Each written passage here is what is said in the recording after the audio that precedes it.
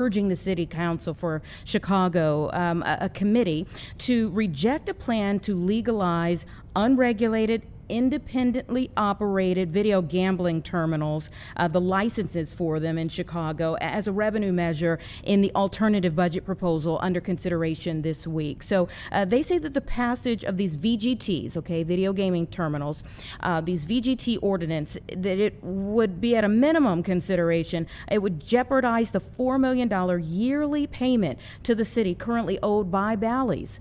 Now, if you recall, yesterday, if you were right here with Chicago Live, we had the president of the Illinois Restaurant Association on the show, and he talked about the VGTs. He was actually excited about them and this ordinance here. So we're looking forward to talking to the Bally's Corporation Vice President of Government Affairs about this opposing view here. There's also a Senate Commerce Subcommittee hearing to examine the FAA's plan for air traffic control modernization. There's been so much consideration about air traffic controllers this year. They're going to be focusing on evaluating the progress, ensuring accountability, and the results. And the Transportation Secretary, Sean Duffy, is also going to be unveiling a new National Advanced Air Mobility Strategy sometime within this hour. Both of those are scheduled to happen, so we're going to see if we can bring you to those, either one or both of those live. We'll see what happens. We've also asked our own Cassie Carlson, though, to come up and chat about the Bears. Getting ready for a huge game, of course, coming up this weekend, our rematch against the Packers. And so she's going to be talking about not just the X's and O's, but maybe most importantly, after the week that was, and the week that just passed, we've got to look at this injury report now that we are halfway through the week, and it was a shortened week for the team as well. A national security expert is going to be joining me to talk about the ongoing search for a suspect in the Brown University mass shooting from last weekend. Pretty wild, quite honestly, that they still don't have anyone in custody. And the national security expert that I'm going to be speaking to, has compiled some crucial insights, he says, into the investigation that he's going to be sharing with me. So again, we have a lot that we're going to be getting to. That is just a snapshot of our first hour together. But we begin with might be the hardest conversation. Just as Hanukkah was beginning, and a shocking mass shooting at Bondi Beach in Australia broke up the celebration as it was just getting underway. The first of what will be many funerals ahead are happening today. There was 2 rabbis that were being funeralized today. So my heart swells, quite honestly, with emotion to speak to 2 survivors. Natasha Jackson and Morty Slavin are with me now. Thank you so much for your time. It's a blessing, honestly, just to be able to see your faces. Thank you. Thank you. I'd like you to take me back to Sunday, if you will, and maybe Natasha, if you'll just tell me why you went to Bondi and how the day was beginning. Yeah, and thank you so much for having us. So, as you can tell from my accent, I'm from London, and I moved to Australia back in April. And we went to the Hanukkah event. It was, to paint the picture, it was a very family-friendly event. I went with my friends. There was a bubble machine there. There was a rock climbing machine there. We were handing out donuts. And for anyone that doesn't know what Hanukkah is about, it's a festival of lights where we celebrate our survival of trying to be expelled from the Greek-Syrian rule years ago, thousands of years ago. And it was a friendly atmosphere. People were laughing. As I mentioned, it was a family-friendly event, so a lot of people were there with their entire families, with children, elderly people, and we were having a great time. And that's really the start before everything happened. Yeah. Morty, do you remember what was going on when things changed? Like, what was happening just as things went from celebration to horror? So I keep on replaying those moments in my mind. I'm having nightmares. And we were just talking with our friends, and all of a sudden we hear these loud bangs.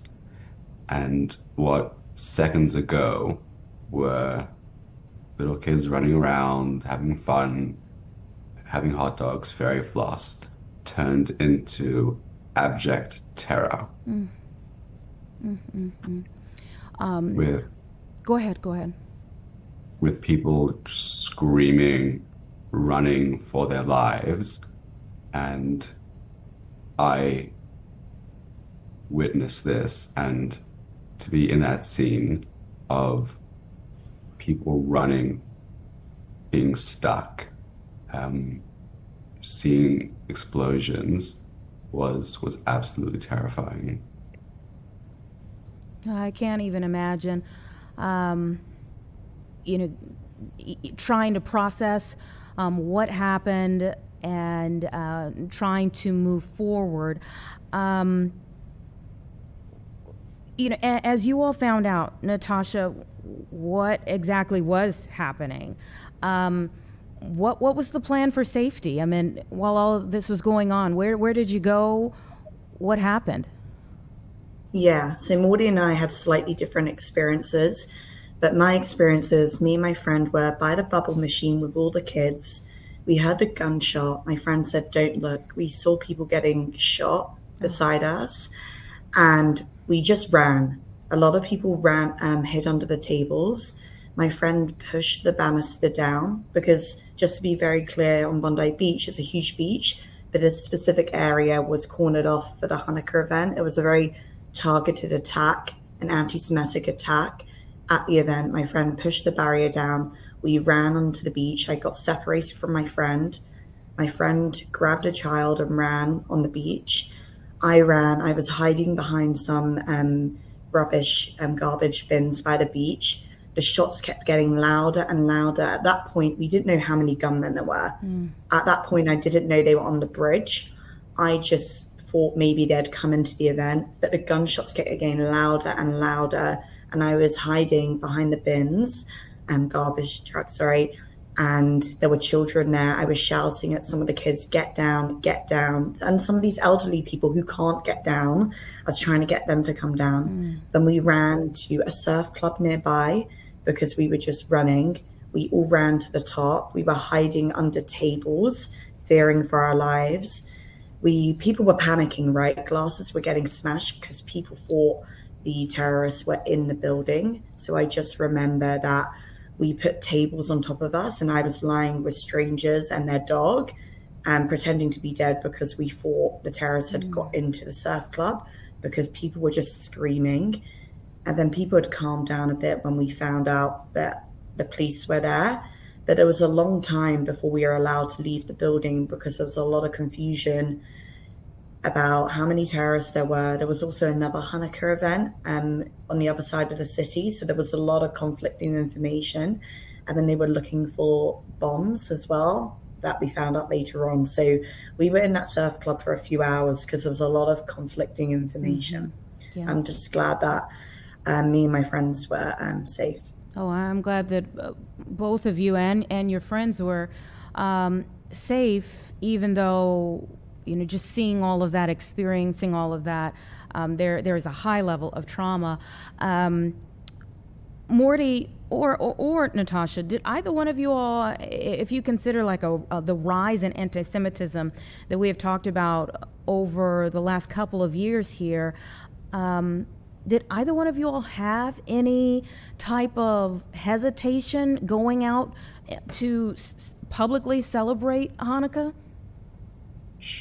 I think for me, I've definitely seen a rise in anti-Semitism, and I have a choice as a Jew.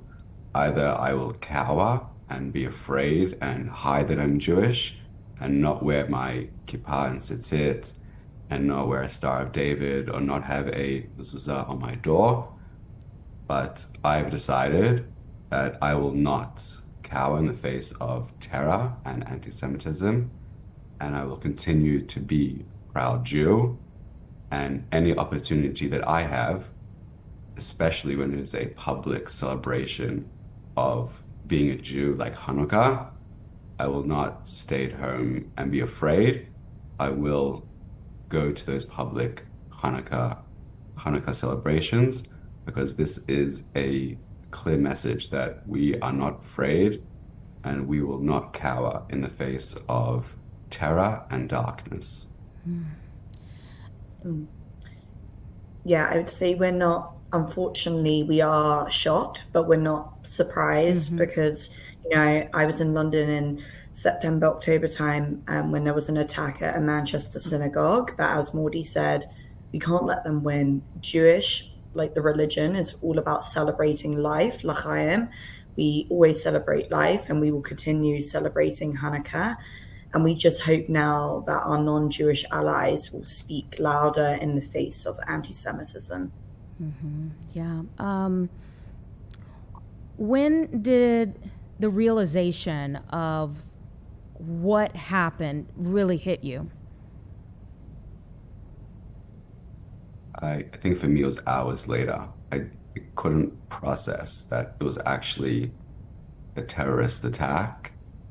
And when I saw eventually the police rolling in and all of the emergency services and other people gathering around me telling me what had happened, it finally hit me that I was at an event that was targeted for terror. When you look back at have you been able to look back at the images? I mean, I know some people, once you've been through something so horrible, even the video that, quite frankly, is notifying other people of what's happened where you were, but it's so personal for you that they can't look at it. Have you looked at video of what happened? Yeah, I have. Unfortunately, social media is also the bad side of things like this. Sometimes you can see messages of support, but it's difficult to watch it with the sound. For me, the shooting wasn't just loud. I could feel it with my body when it was happening. But the other side of it is the anti-Semitic comments, right? Even when they're looking at images of people being shot. So yes, it is quite hard to look at it. We also did go back to the site for the vigil. So I think that was also important. Yeah, unfortunately, social media, unless you completely delete it, it's hard not to see the images. Yeah, it's certainly hard not to filter things. It's hard to filter things on social media, and things come at you sometimes out of the blue that can really change your mood for the day, kind of hit you out of nowhere. Let me ask you this: there was a video of a hero, quite frankly, who jumped into action to take down one of those shooters. What did you think about that? So Natasha, I haven't watched the video, so. Well, I believe he is Muslim, the man that did that, which just shows that, we can coexist across different religions. And actually, I wouldn't say a positive side, but there's some lightness within this darkness. That man was a hero, and I'm really glad to see that he's recovering in hospital. And yeah, not many people could do that.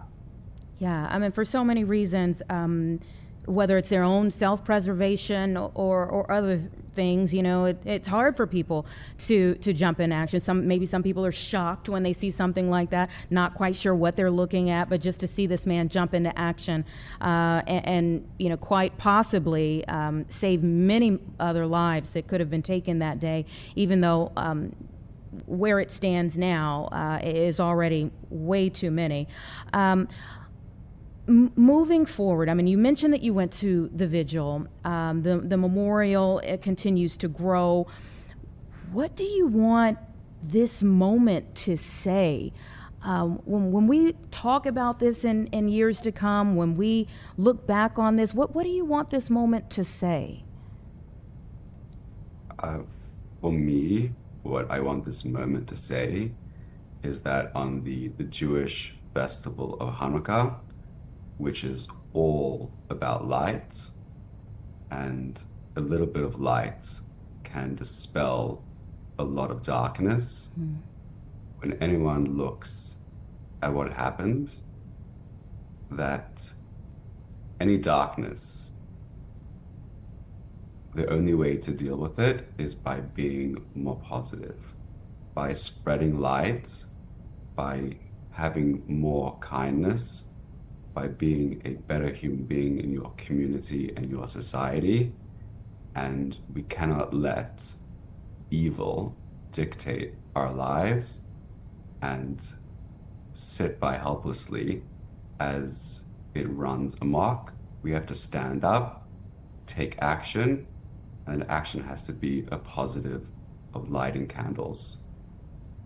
And I would just say it's really important, everything Mordy said, but we were really relying on our non-Jewish allies to really speak out about anti-Semitism. Unfortunately, I think Douglas Murray said this, anti-Semitism is a shapeshifter. Every generation it's in a different form. And hopefully, never again. We do not want to see another attack like this anywhere in the world.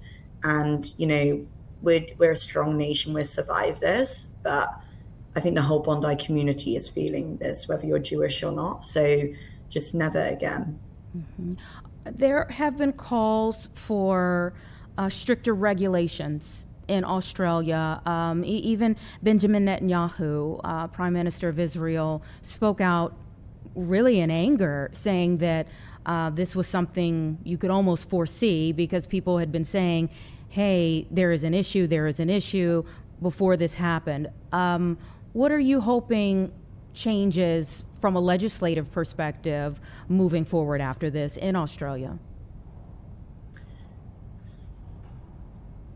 I think great in terms of the gun laws. I think the gun laws are pretty strict in Australia already, but anything to improve that, I would welcome that. But I think the real issue is the anti-Semitism, people being indoctrinated from a young age to hate people based on their ethnicity and religion. And I think it's all about education. And for me personally, I think that's where the main issue lies. Again, I would welcome any improvements of how people get guns, but it's already quite strict here.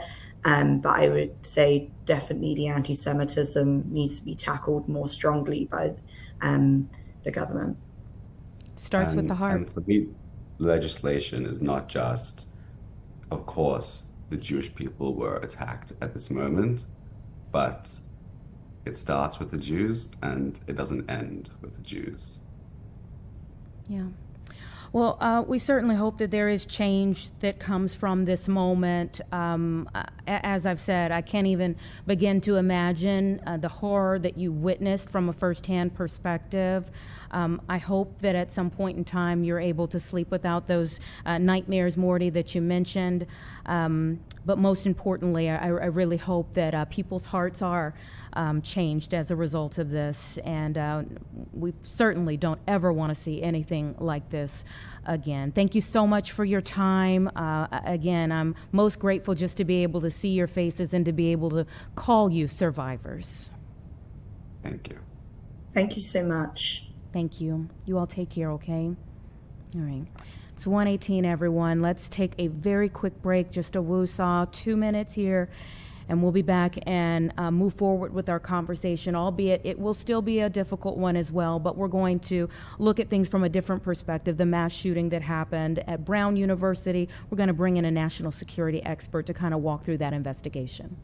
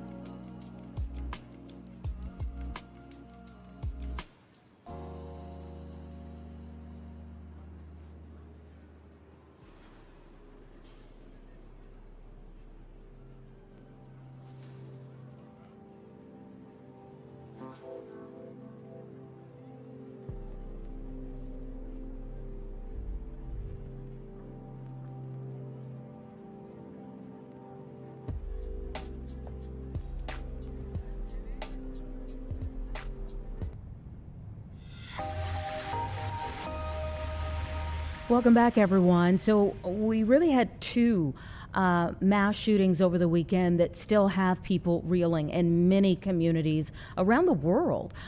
We just spoke to two survivors from that attack on Bondi Beach in Australia, but just the day before that, there was the mass shooting that took place at Brown University. Students, faculty, and staff that were, kind of ending this semester, getting ready for the holidays, all before what was shattered in a matter of seconds, in a matter of minutes, with someone coming in that building and taking lives and changing so many others. But the big question as of today is still, who was it?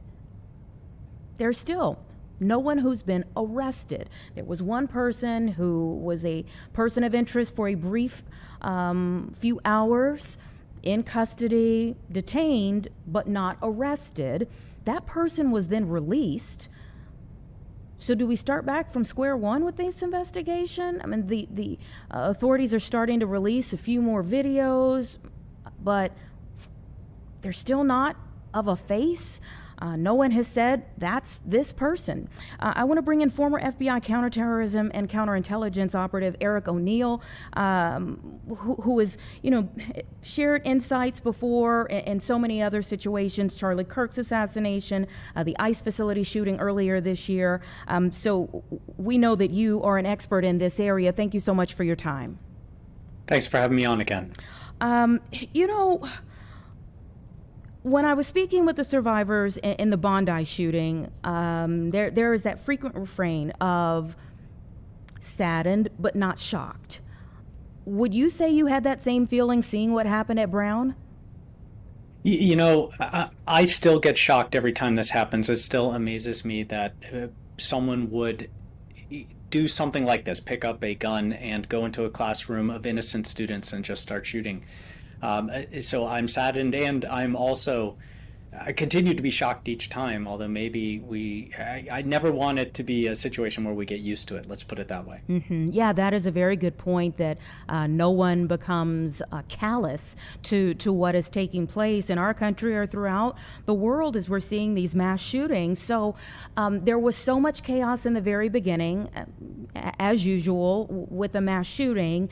There were students, faculty, and staff that had to remain in place overnight, and that in and of itself was pretty shocking. What were your thoughts on the initial stages of the investigation?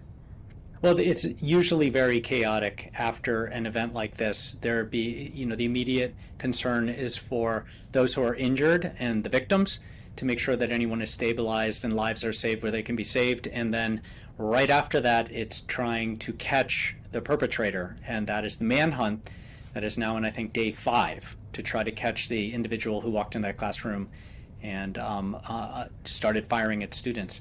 And right now, they only have a person of interest, what we would have called an unknown subject. They have a description, although he was wearing a mask and a hood, and so it's a little hard to recognize any facial features, but they do know about his height and weight. He walks with a slight limp, and the hope, with video and images that have been publicized by law enforcement, that someone will recognize this shooter and there will be a good tip that will lead law enforcement to him. What unique challenges would you say arise when there is a person of interest who is detained that ends up being released? Yeah, one of the problems with that, and that's not unique. This happens often in fugitive hunts. You have some intelligence that suggests that this might be the person. You round them up, you explore the facts, and you realize, okay, this person is not the shooter, and you have to let them go. What happens to the population is they first feel a sense of relief that the shooter's been caught and doesn't continue to be a threat to the community, and that's a worry right now. And then the person is released, and those feelings bubble right back up, and that threat resurfaces. It can also prevent the feeling of justice for victims, either those who survived or family members of those who were harmed. And so the important thing right now is to hunt the fugitive and to bring them to justice. Mm-hmm. And you mentioned that snow could complicate things. Explain that. So snow, in the initial stages, snow can actually help because it allows canine units, which are used immediately to try to track the scent of the individual.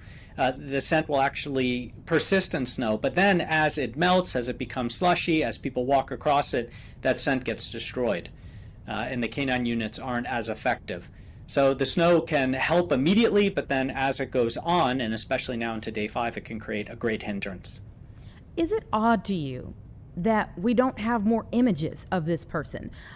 Be it that it was on a college campus, you would think that there would be security cameras. Be it that it was on a college campus, you would think possibly there are more cell phones out, or even if you're walking into a neighborhood that we would have seen more Ring cameras. Is it odd to you that we haven't seen more images? Well, no, and you did bring up earlier the assassination of Charlie Kirk, and that shooter, if you recall, there were certain images that were relayed immediately, and we know that law enforcement had significant other amounts of images. And here, it's quite possible that law enforcement does have more images from Ring cameras. They will certainly be trying to get those. Anybody who had their cell phone out at any time and was recording, they're going door to door to ask to see any of that. And of course, any security cameras in the school. So we don't know what they have and what they haven't released. We just know the images they have, and maybe the images, the additional images they have, are not any better, but they can help in tracking how the shooter approached and then where he went as he left. Now, one thing I did note that has been reported was that that particular building at Brown didn't have significant security camera coverage. It was an older building and hadn't updated its system, and it's possible that in the planning for this attack, the shooter, targeted that building for that reason, which can be a clue. It shows planning, it shows forethought, and perhaps a familiarity with the campus. Yeah, and that is a scary thought. I heard a lot of people discussing the proximity to the highway and the fact that, Rhode Island it's a small community. So can you talk about possibly, would you think that the person is still in that area, or they could be pretty far away by now? Yeah, that's all conjecture. We don't know, because if the person is from the area, then typically they go to ground in an environment that they feel comfortable. But we've also seen attackers who traveled, for example, across the country to shoot the 2 National Guardsmen in Washington, D.C. Yeah. And that person, had they had an opportunity to escape, probably would have tried to go all the way back across the country to go home. So we really don't know. And unfortunately, you don't learn that until you catch the fugitive, and then you're able to determine those questions and then try to understand the motive. Yeah. And so you mentioned like the person walking with a limp or something of that sort.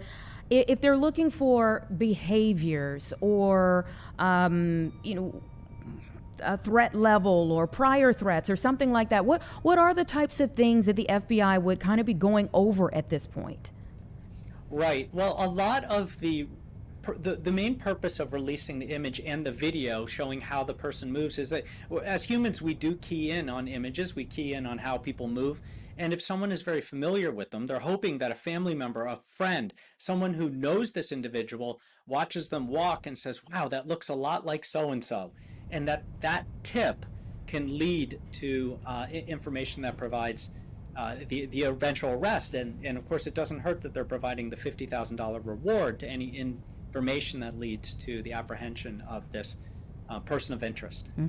Let me just ask you on a final note here, from your experience, what are the biggest risks moving forward, or the biggest steps that they need to take to actually bring this person to justice?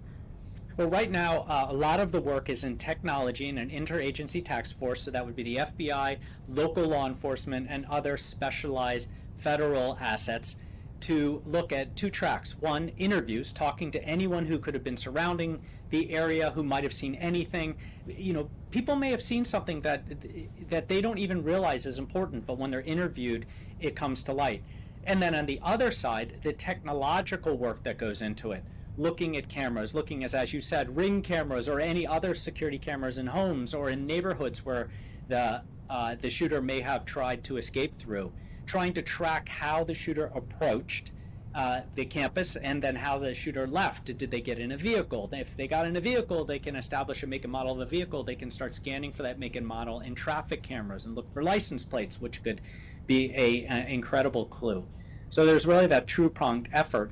And you did say things that have to be of a concern. One of the biggest concerns right now is that there are people who are malicious actors who are using tragedies like this to swat or dox other people. So what they do is they make a call into the tip line and say, I've seen this person, he lives at this address. Then SWAT shows up, right, to potentially make an arrest. It's a completely innocent person, and that, one, ties up law enforcement that needs to be doing the good work of trying to hunt down the fugitive, and two, it can lead to it can lead everything from reputational damage to a potential incident at a home when these sort of things happen. So it's best to let law enforcement do their work and not interfere. Yeah, so many things to consider, both with our federal law enforcement officers, and then also the local police that began the investigation as well. Thank you so much for your time, sharing your expertise. I could talk to you all day. There's so many questions that I have about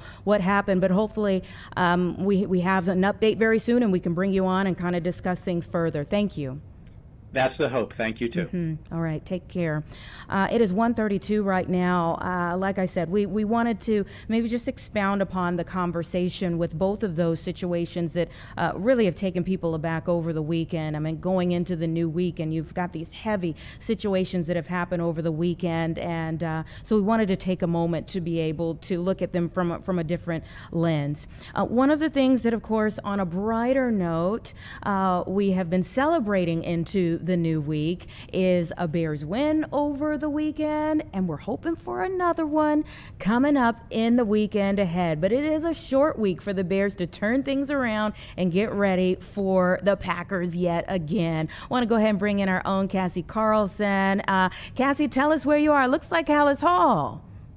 Yes, we are in the Midway at Hallis Hall. It is Wednesday on paper in Bears world. This is a Thursday because of the shortened week you just mentioned. So the Bears are currently on the practice field right now, getting ready for a big game, the biggest game I can remember in the last handful of years, Saturday night in primetime on Fox against the Packers, and first place in the NFC North yet again on the line. So it's the biggest one in a few years because there's more than just bragging rights on the line for this one.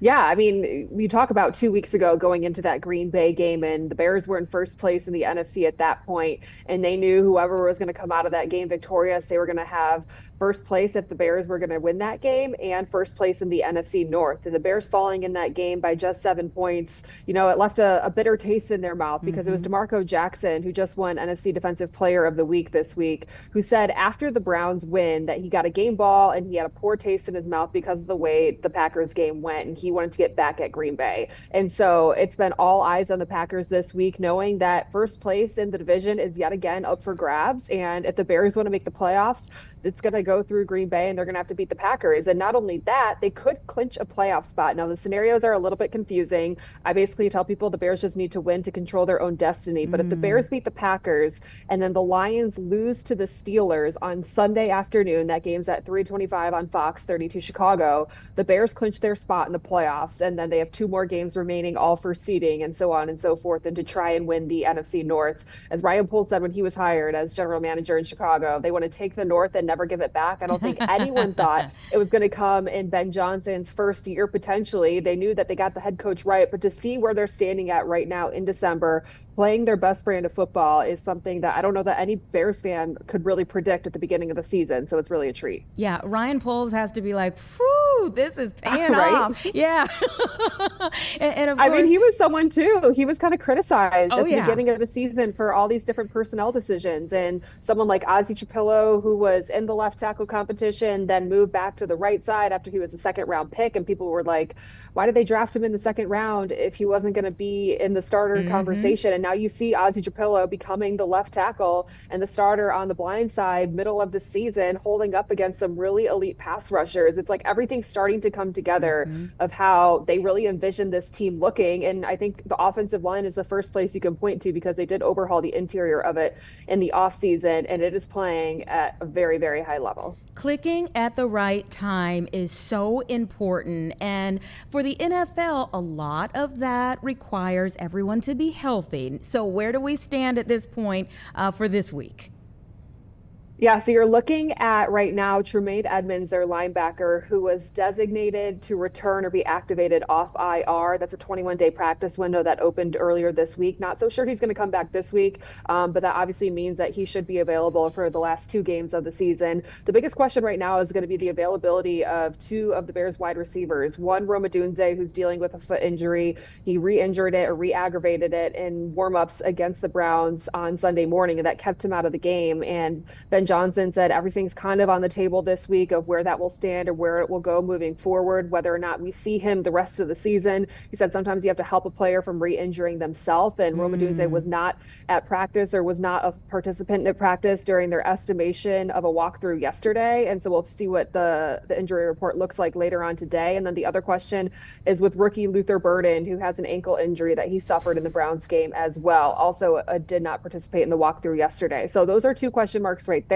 It's good to see, obviously, the passing game get going a little bit more against the Browns. Caleb Williams having one of his best games as a Bear last week. And then to see DJ Moore really hit his stride with those 2 touchdowns and that crazy catch that Jeff Weir, as our photographer, caught at the back of the end zone. And so it's going to be a question of who's going to step up in that place, because you're going to have to put up points against this Packers defense, which is a top 10 unit. They just saw them a couple weeks ago, and really when you look at how the Bears played in that game, they got off to a really slow start in the first half, and they're going to need to start fast against Green Bay Saturday night. Yeah, and that was the next point that I wanted to really talk about, because if we were able to come back and make it so close the last time, is it just starting out better that changes our outcome in the end, or are there some other key parts of that last game that we really need to revamp going into this matchup? Well, I think if you look at the defense and how they want to play, they need to limit the explosive plays. Those big plays against the Packers that Jordan Love found to his receivers, and mind you, he has a lot of receivers over there in Green Bay that he likes to spread the ball out to, is really what hurt the Bears in that game, especially early on. There was a Bo Melton touchdown, and that's someone who's not really targeted very frequently, and that was right before half, and you felt that kind of deflate the Bears sideline a little bit. And so if you're talking defensively, it's going to be try to limit those explosive plays. Granted, they've been giving them up a majority of the season, and the Bears have been getting takeaways then in its place. So it's kind of this game where it's like, all right, well, they'll give up a big play, and then they'll come away with the takeaway at the right time and get the ball back. And Jordan Love, who going into that first game only had 3 interceptions, and the Bears picked him off in that game. He now has 3 interceptions in the last 2 weeks. And he is someone who typically, when the month of November hits, he plays lights out, doesn't turn the ball over. They're winning a lot of games. And clearly he's in a slump right now where he's throwing some picks, and maybe the Bears defense can force him into making some more mistakes. And that's their way of getting this offense back on the field and getting points off of those turnovers. The other thing that we talked a little bit about on Monday, Anita, was Micah Parsons tearing his ACL, and him being out for the season is such a huge blow because he is their best edge rusher. He is one of those elite edge rushers in the league. And I'm looking at the stats right now because they do have other guys on their defensive line, someone like Rashawn Gary. Micah Parsons, though, had 14 sacks.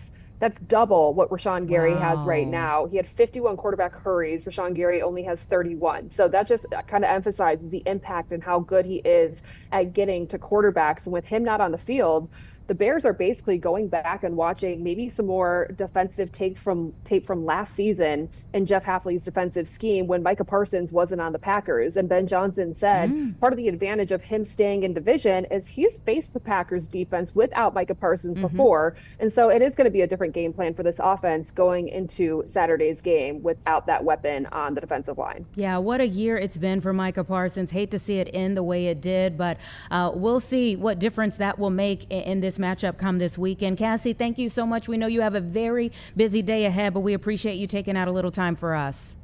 Thanks, Anita. Have a good one. All right, you too. It's 1:40 right now. Let's take a quick break, just 2 minutes, and we'll be right back.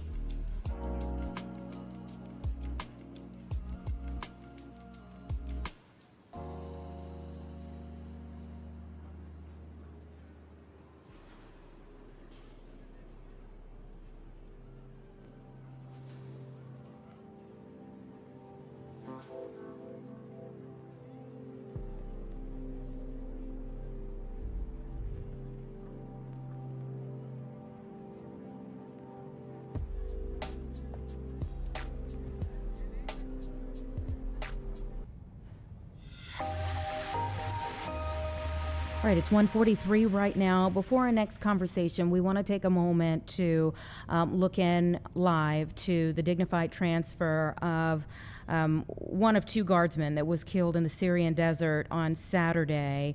President Trump, Defense Secretary Pete Hegseth, and many others are participating in this transfer. This is at Dover Air Force Base in Delaware.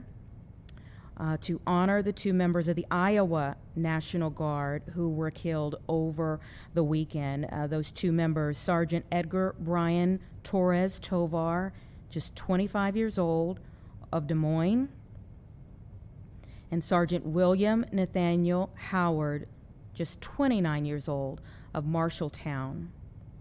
They were members of the 1st Squadron, 113th Cavalry Regiment.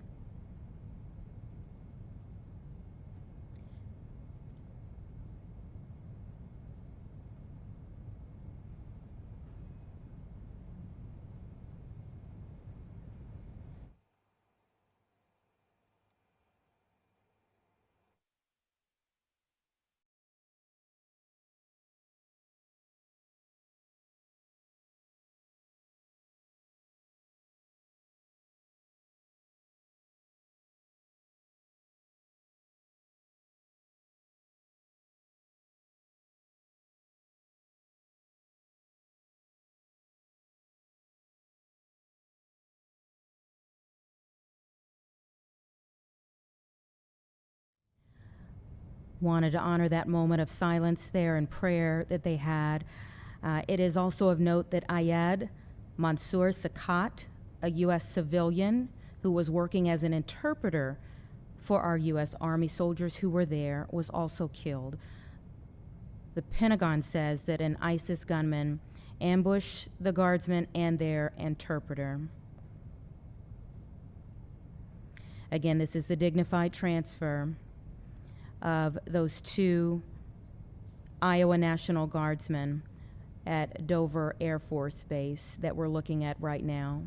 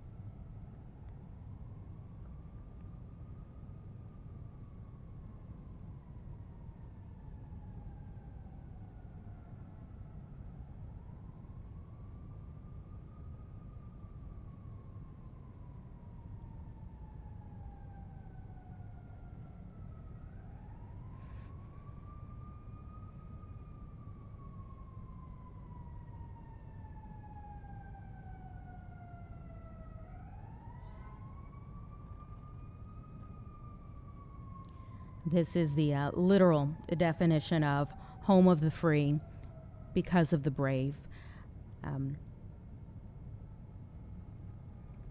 These brave soldiers that went to serve overseas and lost their lives in service to our great country. This is the first dignified transfer that President Trump has participated in since taking office in January in his second term.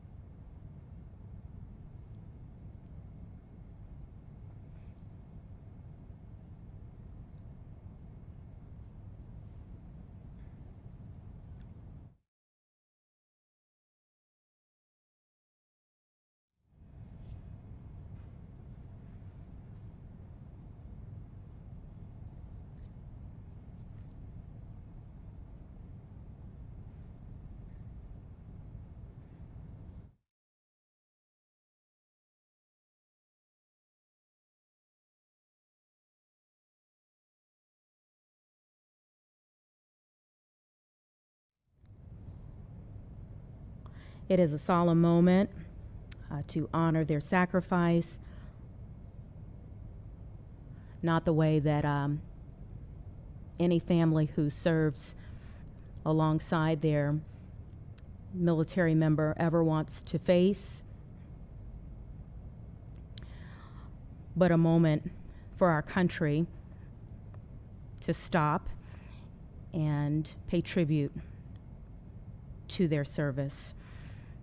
Again, the two guardsmen killed in the Syrian desert on Saturday, Sergeant Edgar Brian Torres Tovar, 25 of Des Moines, and Sergeant William Nathaniel Howard, 29 of Marshalltown, and their civilian interpreter, Ayad Mansour Sakat, who were ambushed over the weekend.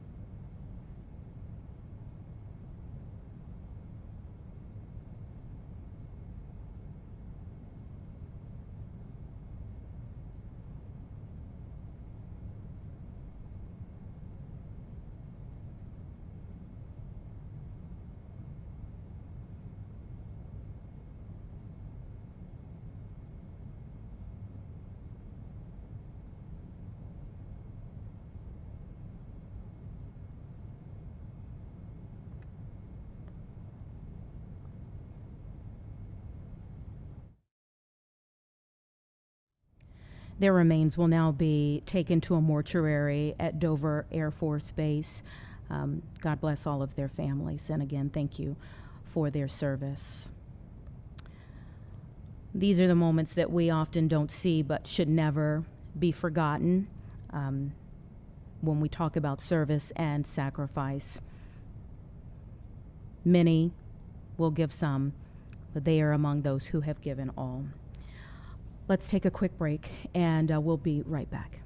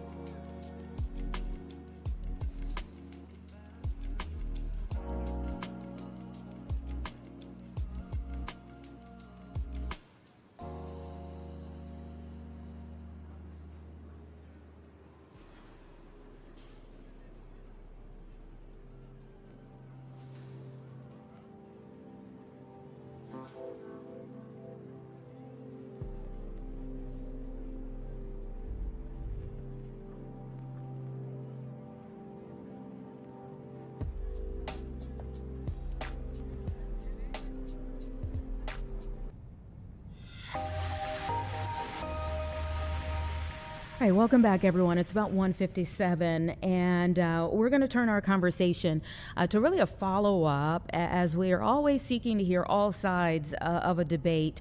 One of the biggest debates that's being had in our city right now has to do with the budget, and hopefully there is a resolution by the end of the month. But what will end up being in that budget, and who does it serve, are questions that are still on the table right now. If you were with us yesterday, we talked to the president of the Illinois Restaurant Association, and toward the end of that conversation, the topic of video gambling terminals came up. He was under the impression that they would be very helpful to many business owners in our area. But this morning, we received a statement from Bally's Corporation warning against reliance on video gambling terminals in the city budget proposal. So we've asked Elizabeth Suver, Vice President of Government Affairs of Bally's Corporation, to join us now, and she so gratefully did. Thank you so much for your time. Thank you for having me.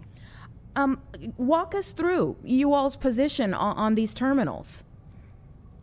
Thank you. So we're concerned about the reliance by the city of Chicago on video gaming terminals, which would be basically slot machines located in almost every bar and tavern across the city, because frankly, first of all, they won't bring in revenue this fiscal year, which will leave the city with an immediate term budget hole.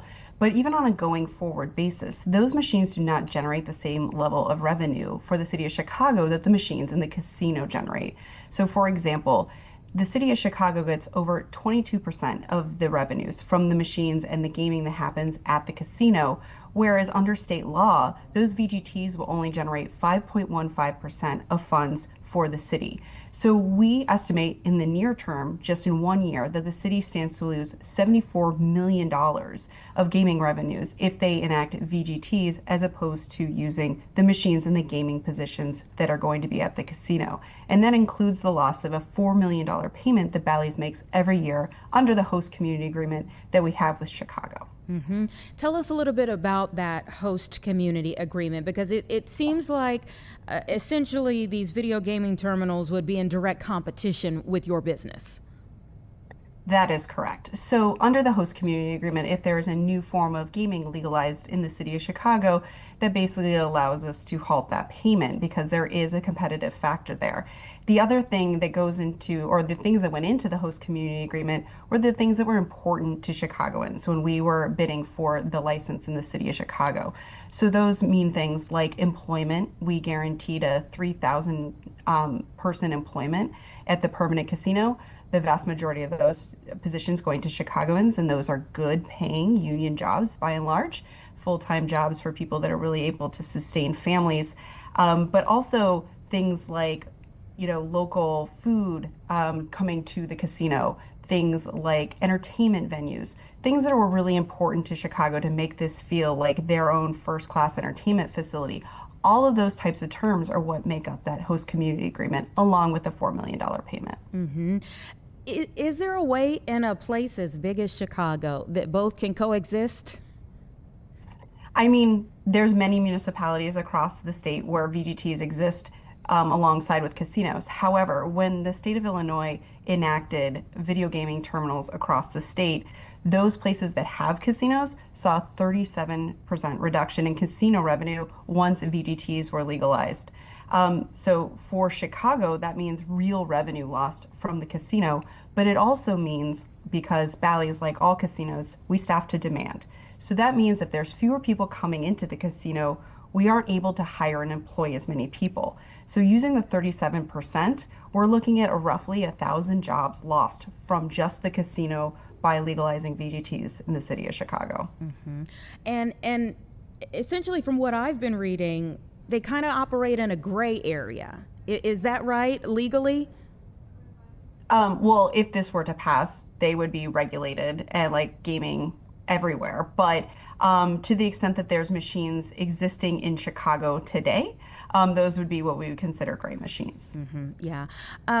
So let's talk about where you all stand right now. I mean, when you talk about lost revenue, are you all in a position where I mean, we're still in the building phase for Bally's, but are you all in a position to say like, hey, no, we have something that we know can be successful in the city of Chicago right now? Or are you already starting to have some issues with expanding in Chicago? So right now we're continuing a pace to make sure that we're able to open the permanent casino, which is well underway, as soon as possible to continue expanding the revenues for the city of Chicago. As many of your viewers may know, we do have a temporary facility that is open because we wanted to make sure that we were able to expedite revenues to the city of Chicago, but our build at the permanent is well underway. We're expecting to have what we call the casino box, which is the part of the casino that actually holds the casino gaming. We're expecting to have the enclosure of that done in the first quarter of next year, so we can start working on the interior of that. So we're continuing to make sure that we're going to be able to deliver a first-class gaming experience for the city of Chicago. We're just really hopeful that the city is able to do what we think would be best to help us get that first-class experience up and running for all of Chicago. Mm-hmm. In speaking with the Illinois Restaurant Association, it seems from their perspective, like, I mean, Bally's is huge, obviously, and you're looking for more growth here, and they're looking out for mom and pop shops that this might help them individually. Right, and so that's why when we were crafting our proposal for the city of Chicago, we put the community benefits plan in place. So what that does is it gives players community rewards that they're able to then use and spend at local mom and pop restaurants and other locations within the city of Chicago, and it's been very successful so far. So we're actually looking to expand that. So while I understand what they are saying about Bally's being a very large corporation, I also want to make it very clear that we want to make sure that everyone gets a piece of all the benefits that we are trying to bring to the entire city of Chicago. We're not trying to be just the big player, but we're trying to make sure that we're engaging all the local businesses along the way. Are there other parts of the proposed budget, either the mayor's proposed budget or this alternative budget, that you have an issue with as a corporation? Candidly, we tend to be really laser focused on those issues that impact the core of our business. So those would be gaming issues. So right now, because this VGT proposal, came forward yesterday, that is what we've been mainly focused on to date. But for instance, the alternative plan has that gaming proposal in it. Are you concerned at all about the corporate head tax from the mayor's side of things? We understand that there's a lot of concerns from the city council about that. And, I have to say that I do not envy their position. They have a very difficult budget ahead of them. And I understand that they're trying to be very focused on doing what is best for job preservation in the city. And I admire that. So while I understand that concern, we also believe that the VGT proposal has similar impacts to Chicagoans in terms of job loss. But because we're uniquely positioned to speak about the technicalities of the VGT proposal, that tends to be where we are focused. Gotcha. Okay. Are there other things about this that you think kind of slip through people's attention, that you want to raise attention to, awareness to, in terms of this? Because a lot of people may not, you are laser focused on it, but for people who are looking at the overall budget, who don't go into the weeds of maybe this particular aspect of it, is there something else about this that people should be paying attention to? Well, this is a major gaming expansion for the city of Chicago. Right now, you have one temporary casino. You will eventually have one large permanent casino in River North. But what this would mean is that there are going to be gaming devices in every bar, in tavern, in every community, every neighborhood, and every ward across the city. That is a massive expansion, and that will have significant repercussions in terms of neighborhood character, safety, and responsible gaming aspects that I'm not sure that people are fully recognizing. It is one thing to have gaming at a large facility that has all the resources it needs to keep people safe, but is another thing to spread that gaming across an entire city, especially one as large as Chicago. So I do want people to be aware that this would really be a position that could change the character of a lot of people's neighborhoods. Are you all on track, on schedule for, what is the schedule for getting out of the temporary location of Medina and moving into your long-term home? Like I said, we're getting ready to close up that casino box and start the interior build of all that, which is really exciting. So we're hoping to have that ready for you all as soon as possible.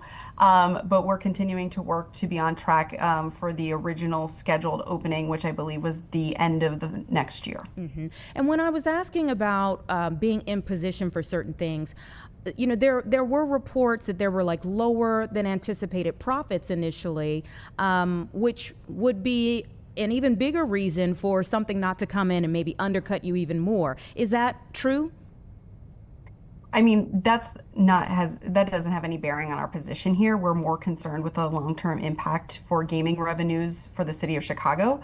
But we're continuing our planned permanent casino build as originally proposed.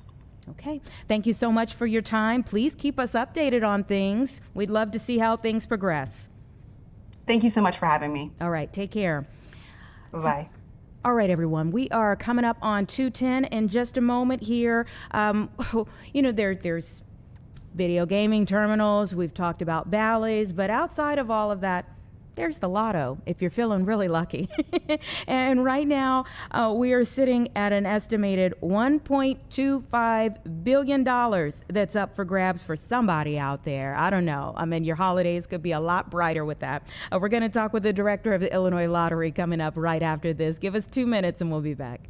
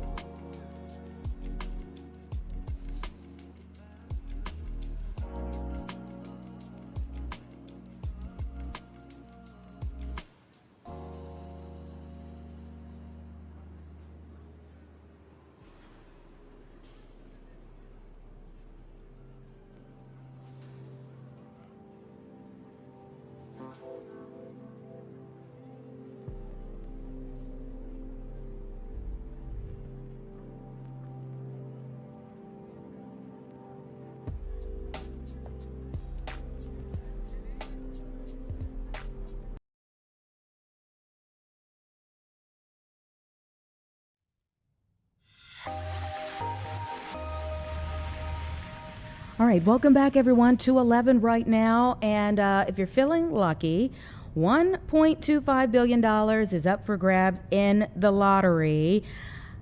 That's a cash value lump sum of $572.1 million. Let's just take a moment. Think about all the things that you could do with that.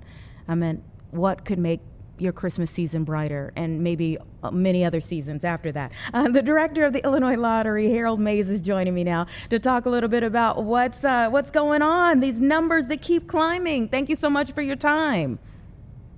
Well, thank you for having me. And you're right, those numbers continue to climb, and we're excited about it. And this is the second consecutive Powerball jackpot that has gotten this high in recent months. So this is great to talk about. So the Powerball has seen back-to-back billion-dollar jackpots. What does that say about us? How does that happen? It is really the luck of the draw. But clearly, we can't control when this happens, and so when it does, it's exciting for us all. Mm-hmm.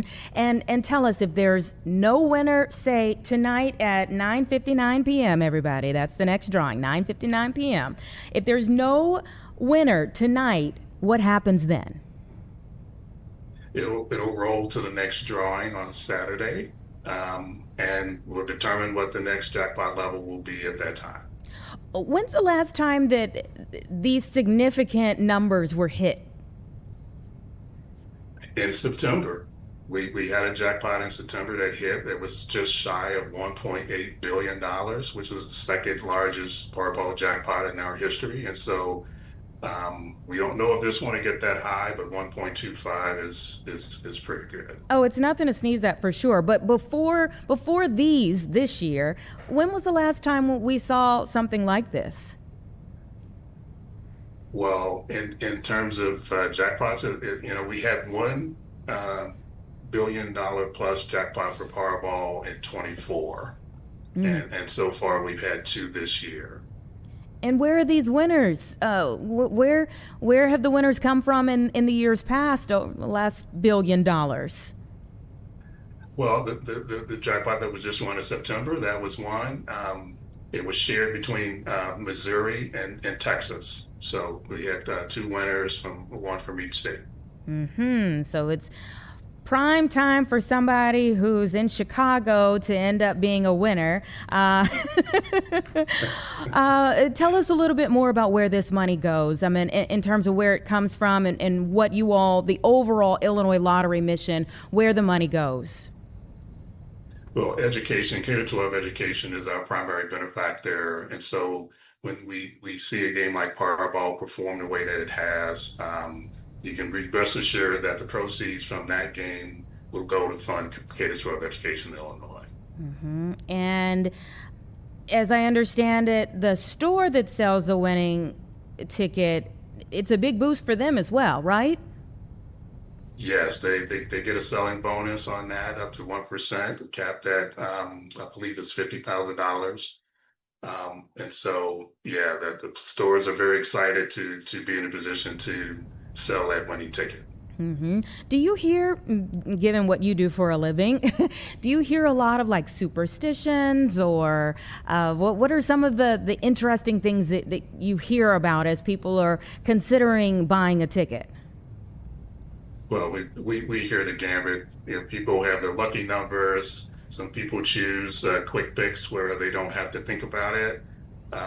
Some people play in groups. We have a number of office pools that people partake in. And so we really see it all. And when the jackpot levels get this high, it brings in all segments of the population to engage with the game. Yeah. Are there ever things that you feel like people do need to keep in consideration if they're going to play the lotto that maybe many don't?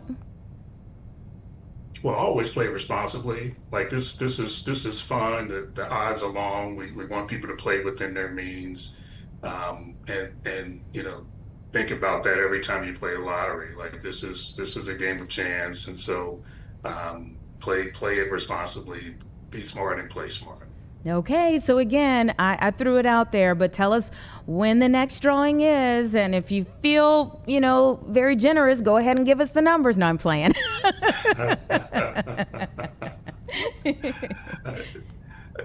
Next drawing tonight, 9:59. Stay tuned, and let's hope that Illinois takes home the prize tonight. Let's hope so. Now, let me ask you this, maybe on a final note. Do you still get excited when you see somebody win after this time? That's the one thing that never gets old. To see a player win any amount is great for the player, and so it still brings excitement to me. I love to see that as one of the better aspects of being in this position. So yeah, I still get excited. What would be the first thing you would do if you won? Well, since I can't play, I could back before when I could play, I don't know. I would probably end up giving most of it away, but taking care of my family and friends and that. So. That shows a good heart. Thank you so much for your time. We appreciate it. We'll see what happens tonight. Well, thank you, and thanks for having me again. All right, you take care. Happy holidays. It's 2:18, everybody. We're back in 2 minutes.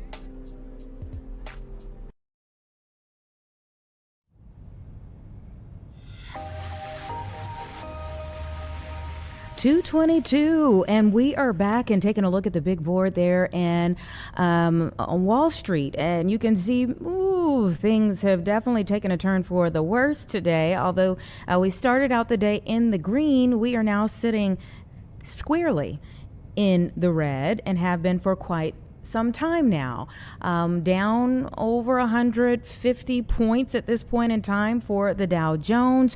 Looking at a couple of things here about the declining numbers that we've seen, that investors have been rotating out of key artificial intelligence names, sparking some concern here. The S&P 500 trading 1% lower, the NASDAQ falling 1.5%. And again, you can see where the Dow Jones is at this point in time. So they're talking about some risky financing schemes here tied to companies' data centers, other stocks with some AI trade-off that's falling as well again here. So Wednesday just not looking so good. It puts the S&P 500 and the 30 stock Dow on pace for their fourth negative day in a row, as we've been watching what's been taking place here. Some benchmark information we got earlier this week about jobs numbers. It actually was better than anticipated, but at the moment here, not looking too good there on Wall Street. We'll continue to watch what happens from here, as things have been pretty mixed this week. Now, one of the big stories this week also has been a turn of events in the city. And for the months of August and September, Operation Midway Blitz netted about 3,000 or so arrests, detentions in our area. The Trump administration said that they were going after the worst of the worst. There were a slew of lawsuits that came from that targeted enforcement that was going on. And then things kind of got quiet for a while. We started to see, we saw the commander, Gregory Bavino, leave this area. We started to see enforcement die down as it was ramping up in places like New Orleans and North Carolina and a few other places where we were watching what happened here then happened there. Lawsuits were dropped that were in the process of proceeding in this area because things were relatively quiet. Well, turn the page to this week. Commander Gregory Bavino is back. Just yesterday, there were about 15 arrests that happened. Many of them happened in Little Village. And we're starting to see many people speak out about what's happening in their community yet again. You started to hear those whistles start to sound again. And one of the statements that we got in our email first thing this morning was about an unaccompanied minor who is going up for her first immigration court hearing, and the community surrounding her as this unprecedented moment, if you will, takes place with vulnerable children in our area. Pastor Julie Contreras was one of the community members that was attending a rally earlier this morning, and I want to bring her into the discussion now. Pastor Contreras leads the United Giving Hope Church. Thank you so much for your time on what's been a busy day.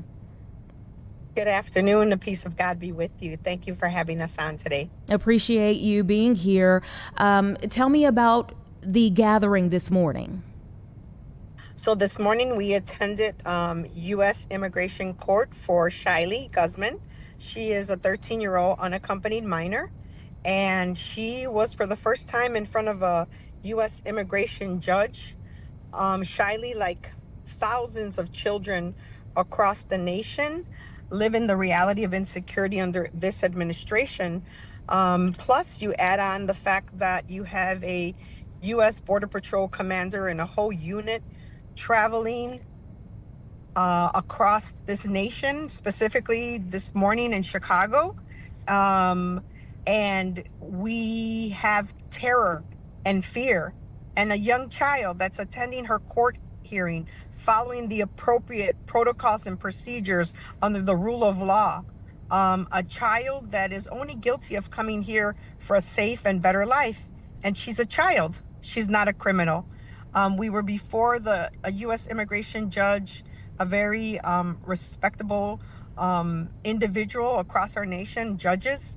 and went through the protocols and procedures. Her attorney appeared via Zoom, and she was granted leave, administrative leave of her case, because the appropriate documentation by her U.S. citizen sister has been filed. But sadly and unfortunately, under this administration, even though we're following the rule of law, people are still being terrorized. People are still being ripped out of their homes and on the streets of the United States of America. Who would have ever thought that we would be talking about terror and fear in U.S. cities across this nation? How is she doing? I mean, this is a very adult situation for a young lady. Well, she's right behind us, if you could see her. Shiley, if you want to wave. Her and her sister, they're very happy. Happy in the sense that we have a small victory, because we still have to wait for USCIS to grant her special immigrant juvenile status. That may take some time, but she's doing good. Immediately after court, we went to give thanks to the Blessed Virgin Mary, celebration that we just had a few days ago, and of course to God, because only God can promise you tomorrow. And Shiley is a person of faith, a little girl that crossed a border in a legal format, asking for safety, extending her hand to this nation. And I believe that's what makes us so great, the United States of America, especially children here. They're our most vulnerable.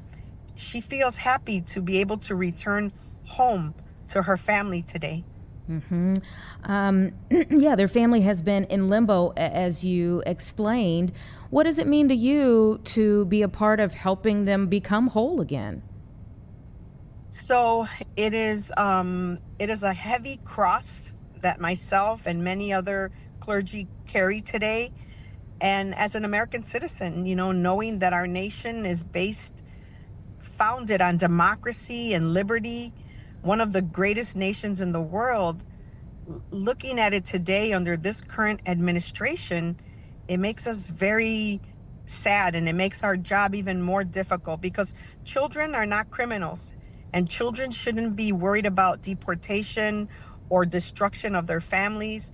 They should be worried right now in this moment in time, their schoolwork, Santa Claus is coming to town, and the birth of baby Jesus. And for us, as a person of faith, Jesus couldn't be the better example of when his mother, Mary, and his father, Joseph, had to flee their homeland because of imminent danger.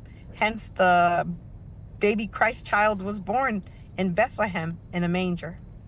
Tell me how the community that you serve, that your church serves, has been impacted by Operation Midway Blitz and this turn of events this week of Commander Bovino being back. So United Giving Hope has been partners with U.S. Border Patrol, U.S. Customs and Border Protection, because we've worked for decades at the U.S.-Mexico border with our Operation Save the American Children of America, which is working with children, reunifying them with their families or seeking medical help, always respecting the men and women that serve and protect our nation, as we do today. But sadly, they are being utilized to inflict terror. So we're in a very difficult position, because we know that real criminals, terrorists are out there. And what it's doing to our families locally and across the nation is placing fear and terror inside of them that, for me, is unacceptable. There is a format in which we can do things. And most of all, this president has not been truthful. He said he was going after criminals. Yet children, pregnant mothers, as we've seen as recent as in Minnesota the other day, being dragged on the floor. The men and women that have worked so hard to defend this nation are now being feared and not respected because of the format, the way they're acting in the inner urban cities. We do need to have a secure nation across our borders, but I don't believe it should be at the destruction of families. And there should be real criminals behind bars, not the Marias, Juans, or Jose, and not Shiley, She is a child, not a criminal. Well, our best to Charlie. Thank you for how you've stepped in to help her. And please keep us updated on how things go from here. And thank you all, and I wish you a blessed Christmas with your family. Same to you. It's 2:32, everyone. Let's take a quick break.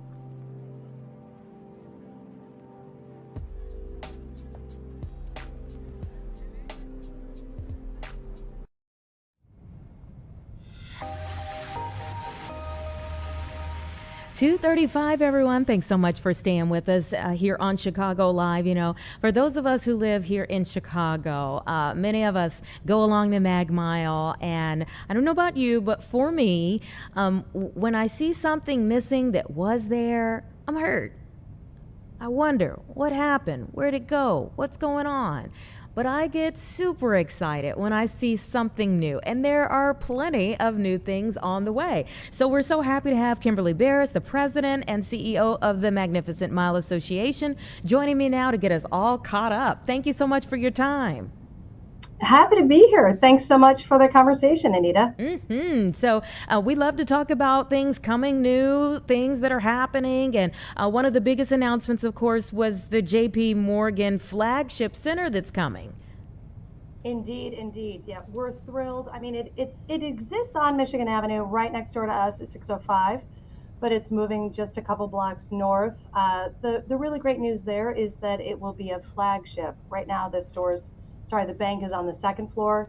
So the renderings and cranes today show the incredible design and development that will be on the first floor of Michigan Avenue. But you're right, Anita, there are so many other great things to talk about in addition to Chase Bank. So I'm happy to get into it. Well, let's get into it. All right. Well, in that same footprint, we have Hotel Chocolat, which opened just maybe a month ago. I can tell you it's already been one of our staff favorite holiday gifts from one of our consultants. It is mostly a UK brand. It is coming onto the side of the pond, so to speak, and that too is their flagship. So right around the corner from where the Chase Bank will go, Hotel Chocolat is already open. Another store that just opened within the last week is Mango, and that's a Spanish clothing store. So if you really want to say it the right way, it's Mango. And that's just, I'm looking over my shoulder. I'm on Michigan Avenue, at least in my office. That's just right around the corner from our offices. We also have an upscale watch retailer that has opened. And I think you're really making it when the names of the stores become more and more difficult to pronounce. So I will do my best on this. It's Alung und Schon, and that's right at the Tribune building, which of course is those are now incredible residential units above the first floor. But we have that coming. We have, you've got to know about the Hand in the Eye, a 36,000 square foot magic venue, a little $50 million project that's at the old Lowry's. The Urban Playground is opening. That's also out of the UK. It's something called The Cube, which is an interactive game show. We have Activate Games, which opened, and that is so much fun for the kids. So let me just say, if you're parents and you're looking for things to do with your kids this holiday season, Museum of Ice Cream, Activate Games, of course, Navy Pier and Winter Wonderfest is back. So that's some great news too. I'll be there today at 3:00 to try it all out. Harry Potter, and a long list. And then if you want a little bit of refinement, holiday tea. Oh, yes, holiday tea. And there are a few places where we can do holiday tea. Oh my gosh, there are. We have the Langham, the Peninsula, the Drake, the Ritz-Carlton, the Intercontinental. I mean, it is a long list. People can go to our website, themagnificentmile.com, and find out, all the different options for tea. But that's one of my favorite ways to enjoy the holiday season. You have somebody playing the harp, you have carolers, scones, clotted cream, what's not to love? What's not to love? So is it a matter of recruitment or people seeking out Chicago? How so? Do you mean for the all new of these stores that are businesses coming? Yeah. Oh no, I mean, very happily, I have to say, Anita, very happily, we're now in the position of being sought out by retailers, which is a really wonderful position. That's part of the recovery that we've this road to recovery that we've been on for the last 4 years.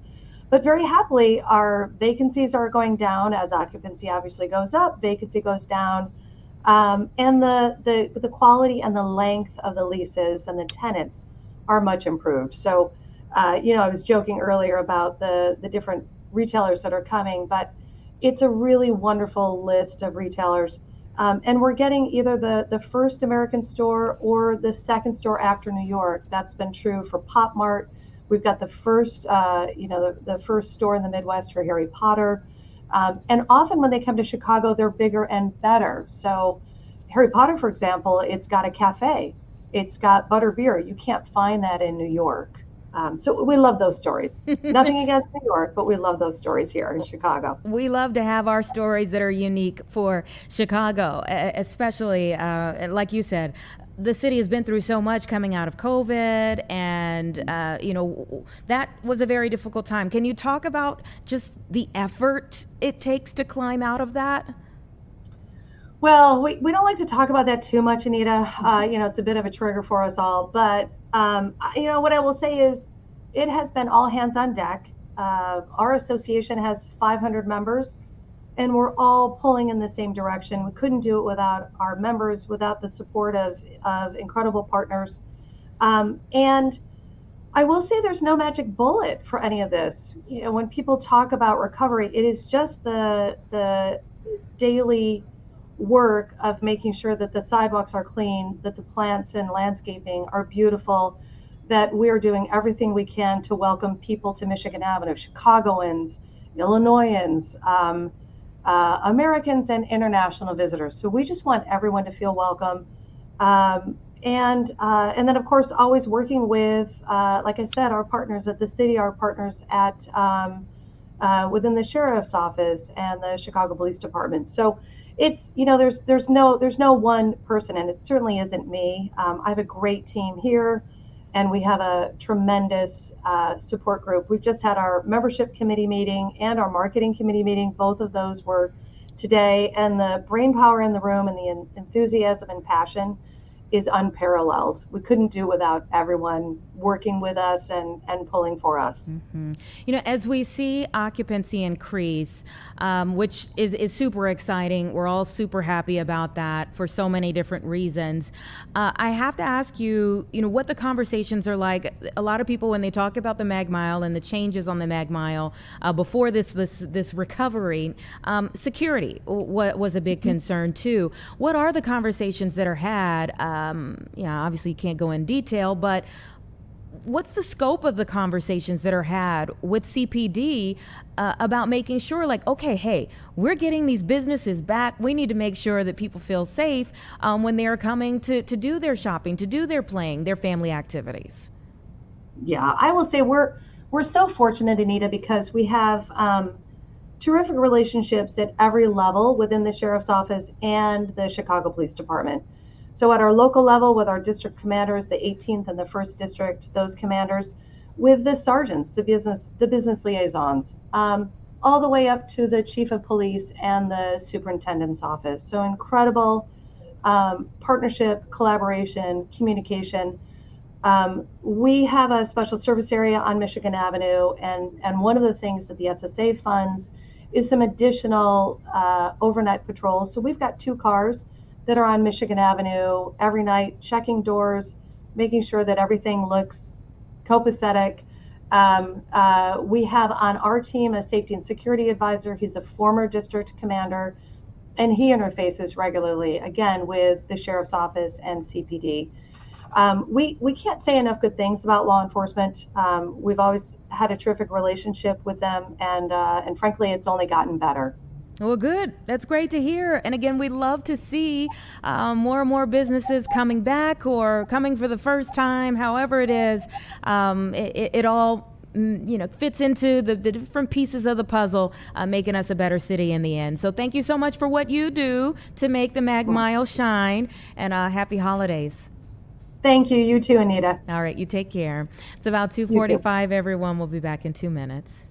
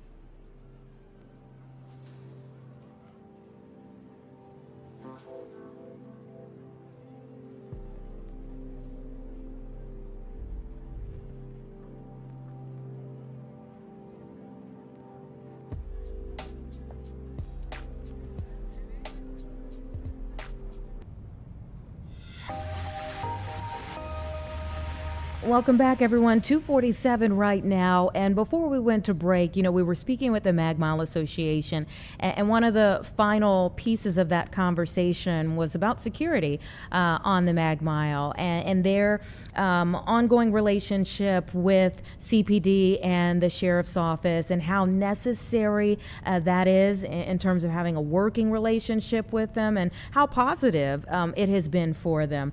We have to look at all sides of things. And Deborah Weitzberg, who is the Inspector General for the City of Chicago, it's her job to look for inconsistencies and any type of abnormalities, report out that has found inconsistent and poorly documented discipline. I want to bring her into the discussion right now. Thank you so much for your time. Thanks for having me. Always appreciate having you here. And the topic is never the same. So in this particular report, and let me ask you this, because anyone kind of seeing this, is there do you put out, what is the schedule? Is there a schedule for when you're putting out these reports? Like, we expect a report from her every quarter, or is it just whenever you find something, you start to dig there and a report comes? Some of both. So we have certain reports that are mandatory and are on a set schedule. So we do, for example, issue a quarterly report documenting the work of the office over that quarter. But inquiry reports on specific topics like this one, these come up when we find an issue, we hear concerns from community members, we find issues in our own work, we launch a project to look at a topic. Those come up and get published kind of as we go. Mm-hmm. So for this particular report, are you at liberty to say, did this come from community members, or was this something from internal that turned into a full report from the OIG? Some of all of those things in this case. We have a specific mandate in our ordinance for our public safety section to study the police disciplinary system. And I think that does reflect the fact that members of the public have a clearly articulated and loudly articulated interest in the police disciplinary system and in police accountability. I am also very much of the view that members of the police department are entitled to a disciplinary system in which they too can be confident. And so both out of an assessment of strategic priorities and community concerns, and because we have this ordinance mandate, we always have projects ongoing focused on the functioning of the police disciplinary system. Mm-hmm. All right, so let's dig into this new report. What were your findings? The findings in this report focus on the very end of the life cycle of an investigation into allegations of police misconduct. So when someone makes a complaint against a CPD member, there is a long and winding road that complaint travels through an investigation and a whole process for determining the appropriate discipline. What we are looking for in this report is what happens at the very end, after all of those steps, when a final decision has been made about what discipline is appropriate. We're looking at whether the city is successfully executing on that disciplinary decision, actually implementing the discipline and keeping a good and clear record of it. Mm-hmm. And our findings here are that we see inconsistencies in the city's execution, in the actual implementation of finalized discipline, and we see important gaps in record keeping around disciplinary histories. Is your belief, given your findings, that they are just not, that there's a lack of record keeping going on, or that there's actually a lack of discipline that's taking place? I think that's the critical risk here. Because of the gaps in record keeping and the inconsistencies in kind of mechanisms for implementation, we are not well positioned to ensure that discipline is being implemented appropriately. And so, to be clear, we didn't make any findings of misconduct with respect to this record keeping. There's no suggestion here that people are intentionally hiding records or anything like that. But because of the gaps and the inconsistencies we've identified, the city is not in a good position to offer assurances to members of the public or members of the department that discipline has been implemented appropriately. That's problematic when it comes to an effort to foster public trust. It also, I think, really endangers kind of the stability and the functioning of the disciplinary system, where progressive discipline, this idea that successive disciplines should build on somebody's history, we can't do that without a comprehensive and accurate disciplinary history. Mm-hmm. So we've kind of undermined that tenet of the disciplinary system. And we're talking about discipline at all levels. So lots of different types of things could be considered infractions that require discipline. That's right. We're talking about discipline ranging all the way from what's called a violation noted, which is basically just a record of the fact that a policy has been or a rule has been violated, all the way up to suspensions and separations. There's a huge range of potential disciplinary actions for CPD members. Mm-hmm.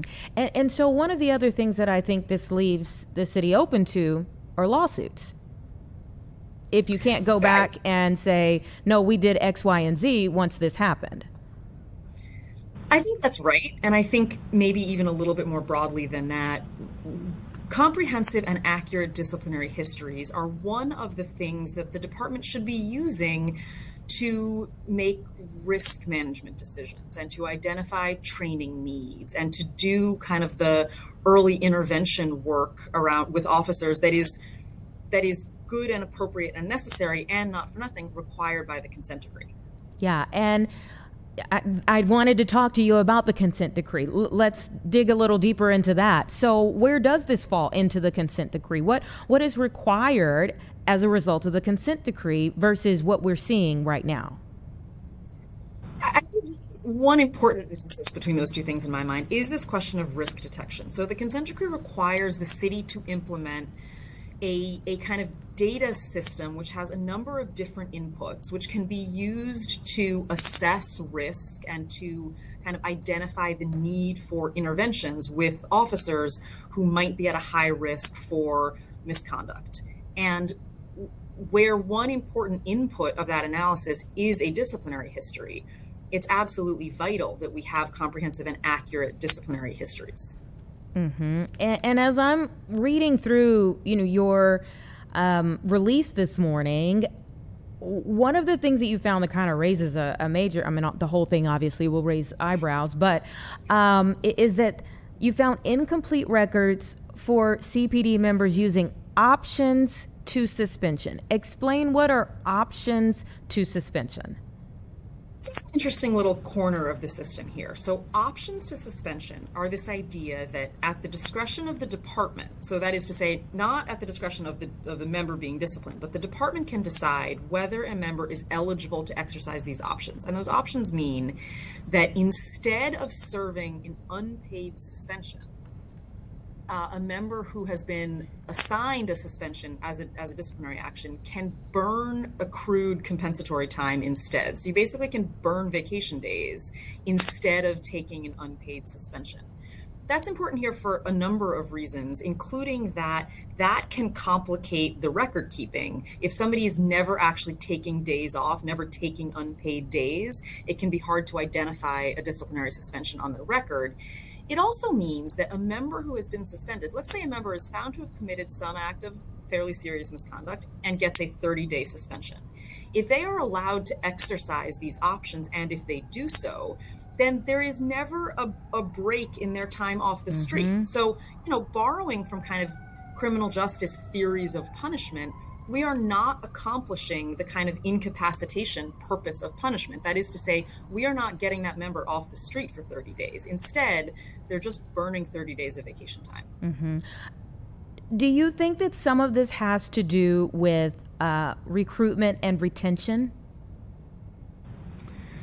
Well, that's a really interesting question. I think broadly, I talked a little bit about this idea that members of the department are entitled to an accountability, a disciplinary system in which they can be confident. I think as we think about both fostering public trust and managing morale, a robust and transparent and predictable disciplinary system is, I think, one thing that serves both of those goals. We absolutely need an accountability system, a disciplinary system in which both members of the public and members of the department have reason to be confident.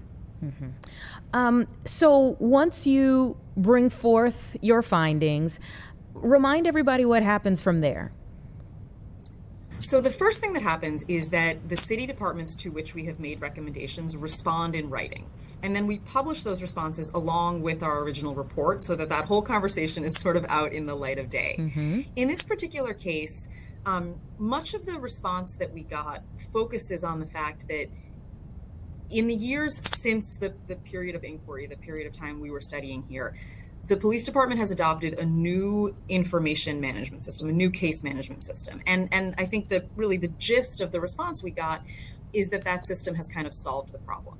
And I think, to be clear, there certainly are challenges which a new case management system should be expected to address. I think, to step back a little bit, I will say a couple of other things about that.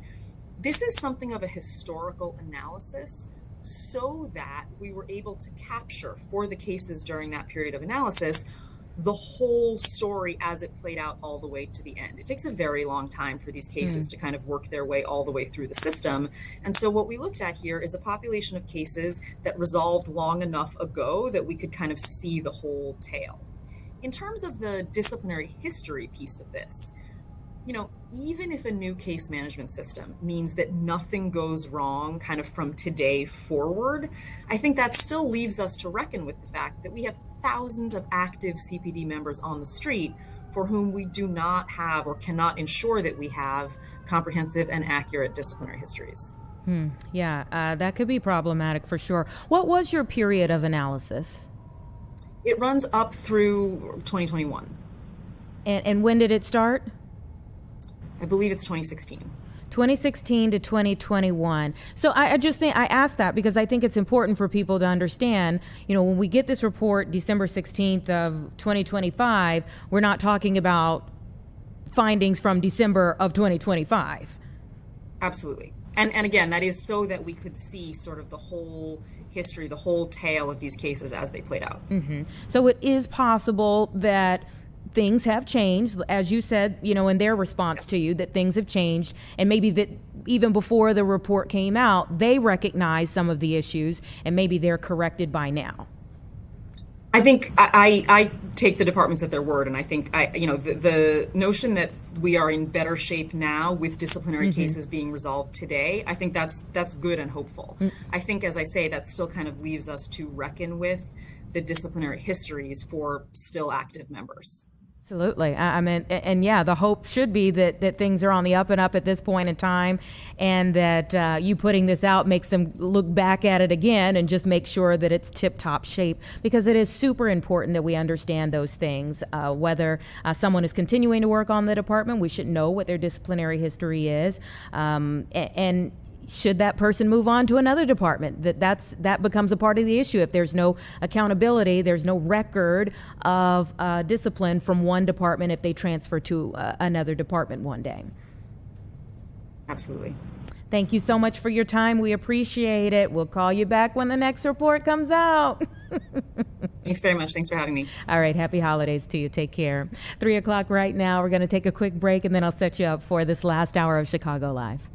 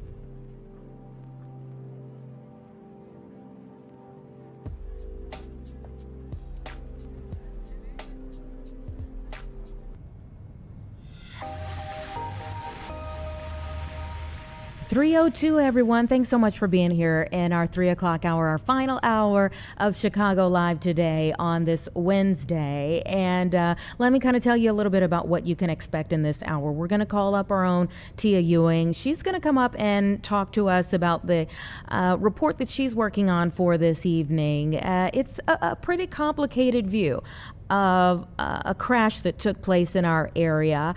And she's getting a side that most people would be a little shocked to hear from one of the drivers that was involved in it. So she should be up around 3:45. Hopefully we'll be able to kind of lay out that entire situation from the vantage point that she was able to get today when she comes up then. Around 3:30, we're looking to have a conversation with a gun law attorney. In the new year, there are plenty of new laws that go into effect, and it is actually new laws going into effect is one of the most searched topics that we're seeing on our web trenders on a daily basis right now as everybody gets ready for the new year. So we're going to be talking about the Illinois Safe Gun Storage Act, what gun owners need to know, what everyone needs to know in order to keep more people safe, so that gun owners know their rights as well for responsible gun ownership. We'll talk a little bit more about that with him. The Civic Federation president is also going to be joining me to talk more about Illinois' new transit agency and what they say is the path to sustainability. The new transit agency has been a big talker over the last week, and we have heard, just like with anything else that's announced, it's very large. There are going to be some cheers and some jeers. So we're also hearing all sides on that argument, that discussion here.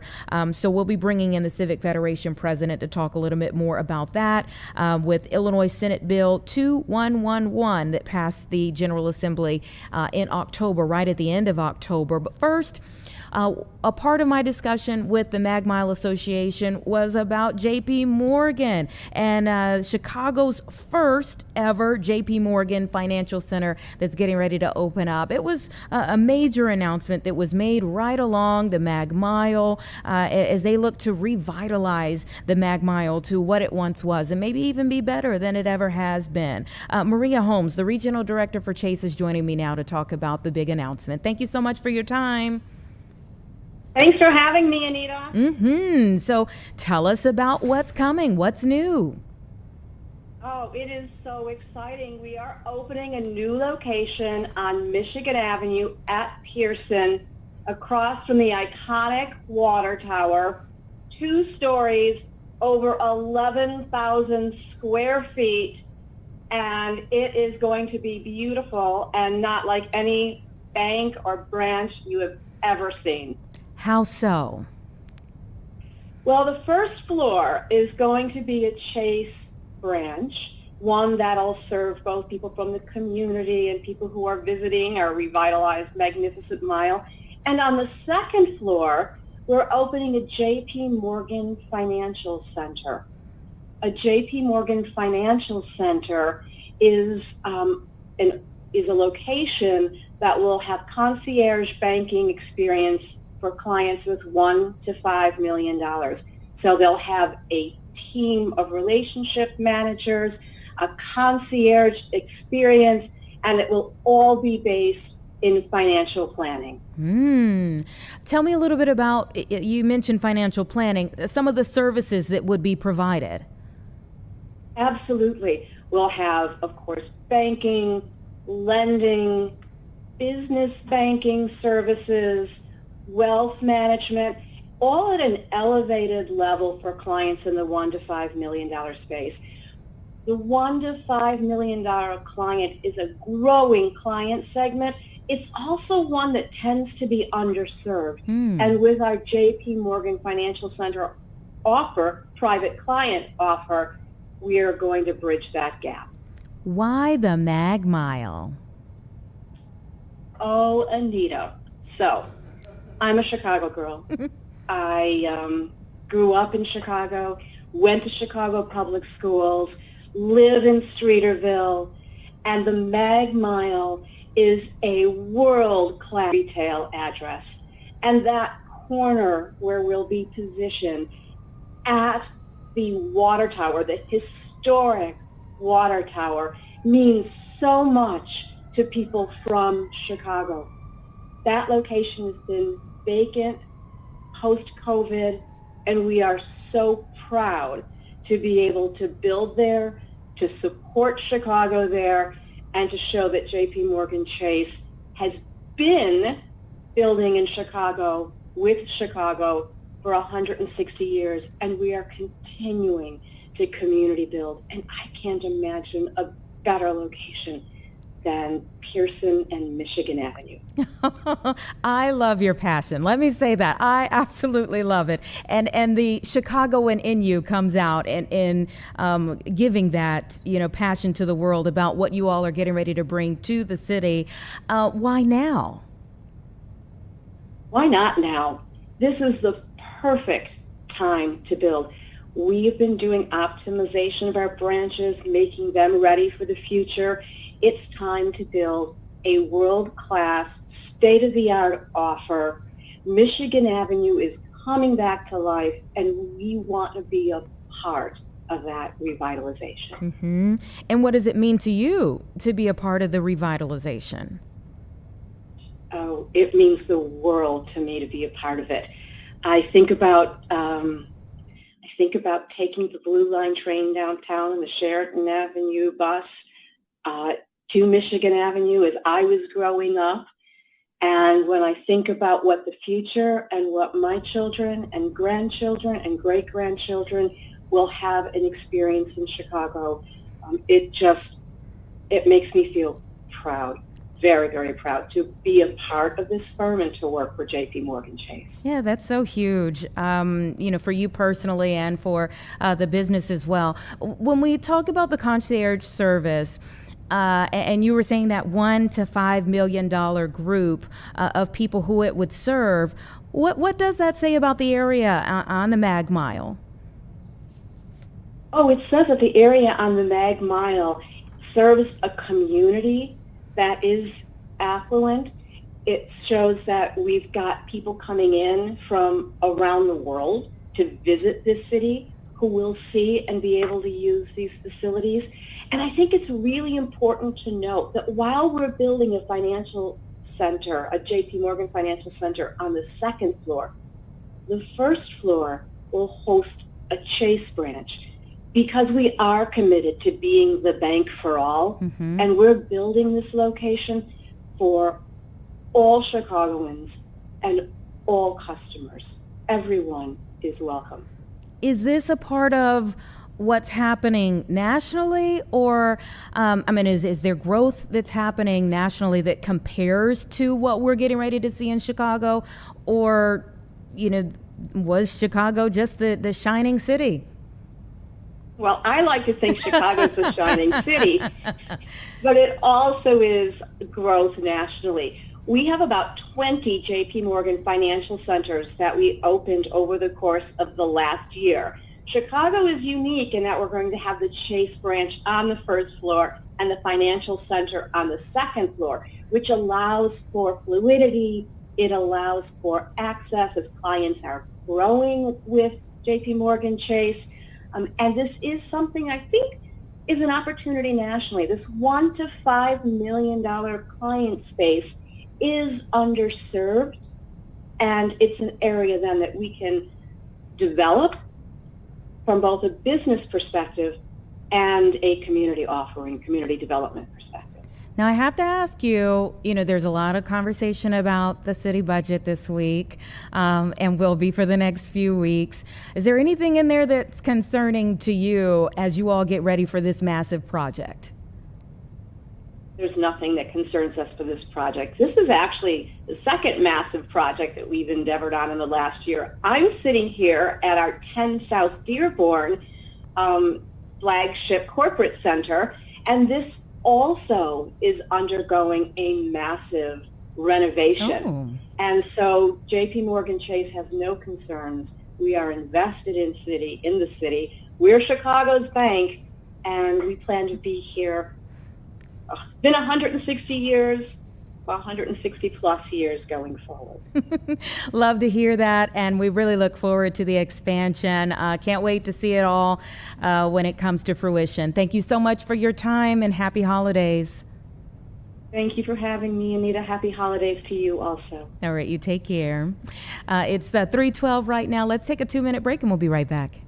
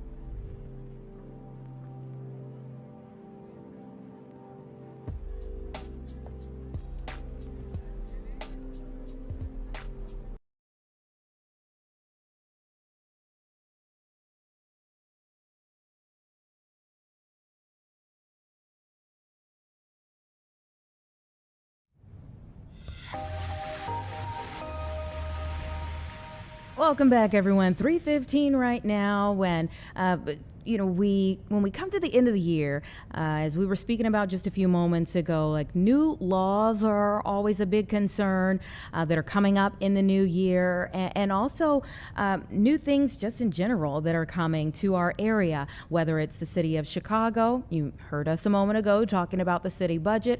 Each one of the business representatives that we talk to, I try to ask them, what is their opinion of the city budget, as there are so many people who are at the table, many alders who are at the table who are hearing from their constituents. Want to hear from the business owners as well, the business representatives who will be impacted in one way or another. So we're hearing lots of different voices about that. From the state level, we're also talking about new laws that the General Assembly just passed, like the Illinois Senate Bill 2111. That is for the Illinois New Transit Agency. And obviously, as I was saying before, whenever you have something this massive, I mean, we're talking about combining the CTA, the PACE, the Metra all together. We have heard many different voices on this as well, whether it's the cheers, those who are really excited to see it happen, who have been working to make this happen for quite some time. I mean, we spoke with one of the people who was behind this bill at one point in time as they were trying to get it to this point. Super excited that this has now come to be, or will be in the new year. But there are also those who have a lot of questions about it. In fact, we were hearing just this week from representatives who were talking about the fact that downstate and suburban areas have a lot of concerns about tax money from their areas, whether their constituents really take public transportation like people do more so in the city, but they would be paying for it as well. So they had lots of concerns. So we're trying to work to flesh that out a little bit more. And again, I hear from others who have a stake in the game. We're working to get the Civic Federation President, Joe Ferguson, to help, kind of widen out this discussion as they have now released a report. I'll kind of go over some of the things in their report because it summarizes here the components of what they say are legislative breakthrough, and they're also assessing how well the legislation addresses the system's underlying challenges. So they're admitting, hey, there are some things about this that look good on the surface. I mean, we've got to see it actually once it's in play, but there are also some areas that give them pause. And so we were looking to get more information about that and kind of go over some of their concerns as they're seeing them, even though they say we're on the right track. So Joe Ferguson is joining me now. Thank you so much for your time. Hi, how are you? I'm doing all right. So give me your impression of where things stand at this point in time with this Senate bill, at least now passing the Illinois General Assembly, and where we go from here. Even though it goes into effect June 1st, where do you see it as it stands right now? So obviously the legislation is done. Yesterday, everyone took a victory lap, and that's what we do after we pass big legislation. And make no mistake about it, this is landmark legislation, not simply because it's a lot of pages taking on a complex issue, but because it actually provides the framework and the pathway for fundamental modernization and reform of our regional transit system, public transit system, to be a world-class system if truly integrated. And so the issue with everything in government, especially when we're talking about something that's complex, is implementation. And we have a lot of concerns about the fact that nobody's really talking about implementation. The governor's words yesterday at the signing ceremony, duly, properly celebratory, but there wasn't a vision statement coming from him that said, look, state's going to drive this, we're in charge, there's rules of the road of how we go about this. And let me give you an example, and feel free to interrupt, obviously, but let me give you an example. Almost immediately, the CTA began expanding service and spending money, no longer worried that it was facing a fiscal cliff. The idea is that system itself is supposed to be transformed. Hanging over the CTA, and I'm going to focus on the CTA, and it's not exclusive in this regard, is intentions that we understand to borrow a whole bunch more money. And that'll be done with no oversight because we're in this interim period post-legislation and pre-creation of the new master agency, if you will. And we have out there the incredible complexity and ambiguity of the Red Line Extension Project, which the federal government has said it's pulling the purse strings on. Right. And that in and of itself is a project that at last check was going to cost us $1 billion per mile. That just blows the doors off of the cost of any similar undertaking anywhere in the country or the world for that matter. So again, oversight is a major issue to you, accountability, averting this fiscal cliff that you spoke of there. Address the passenger fares, the system ridership that you all also looked at in terms of your report. So we need to ramp up ridership. One of the ways to ramp up ridership is to make the ride more appealing. We absolutely have a crime problem, especially if you're a CTA rider. I ride the Red Line every single day. We have a quality of life problem on the CTA. There are literally people living on the CTA, right? There's cleanliness issues. These are all fundamental things that can and should be attended to right away.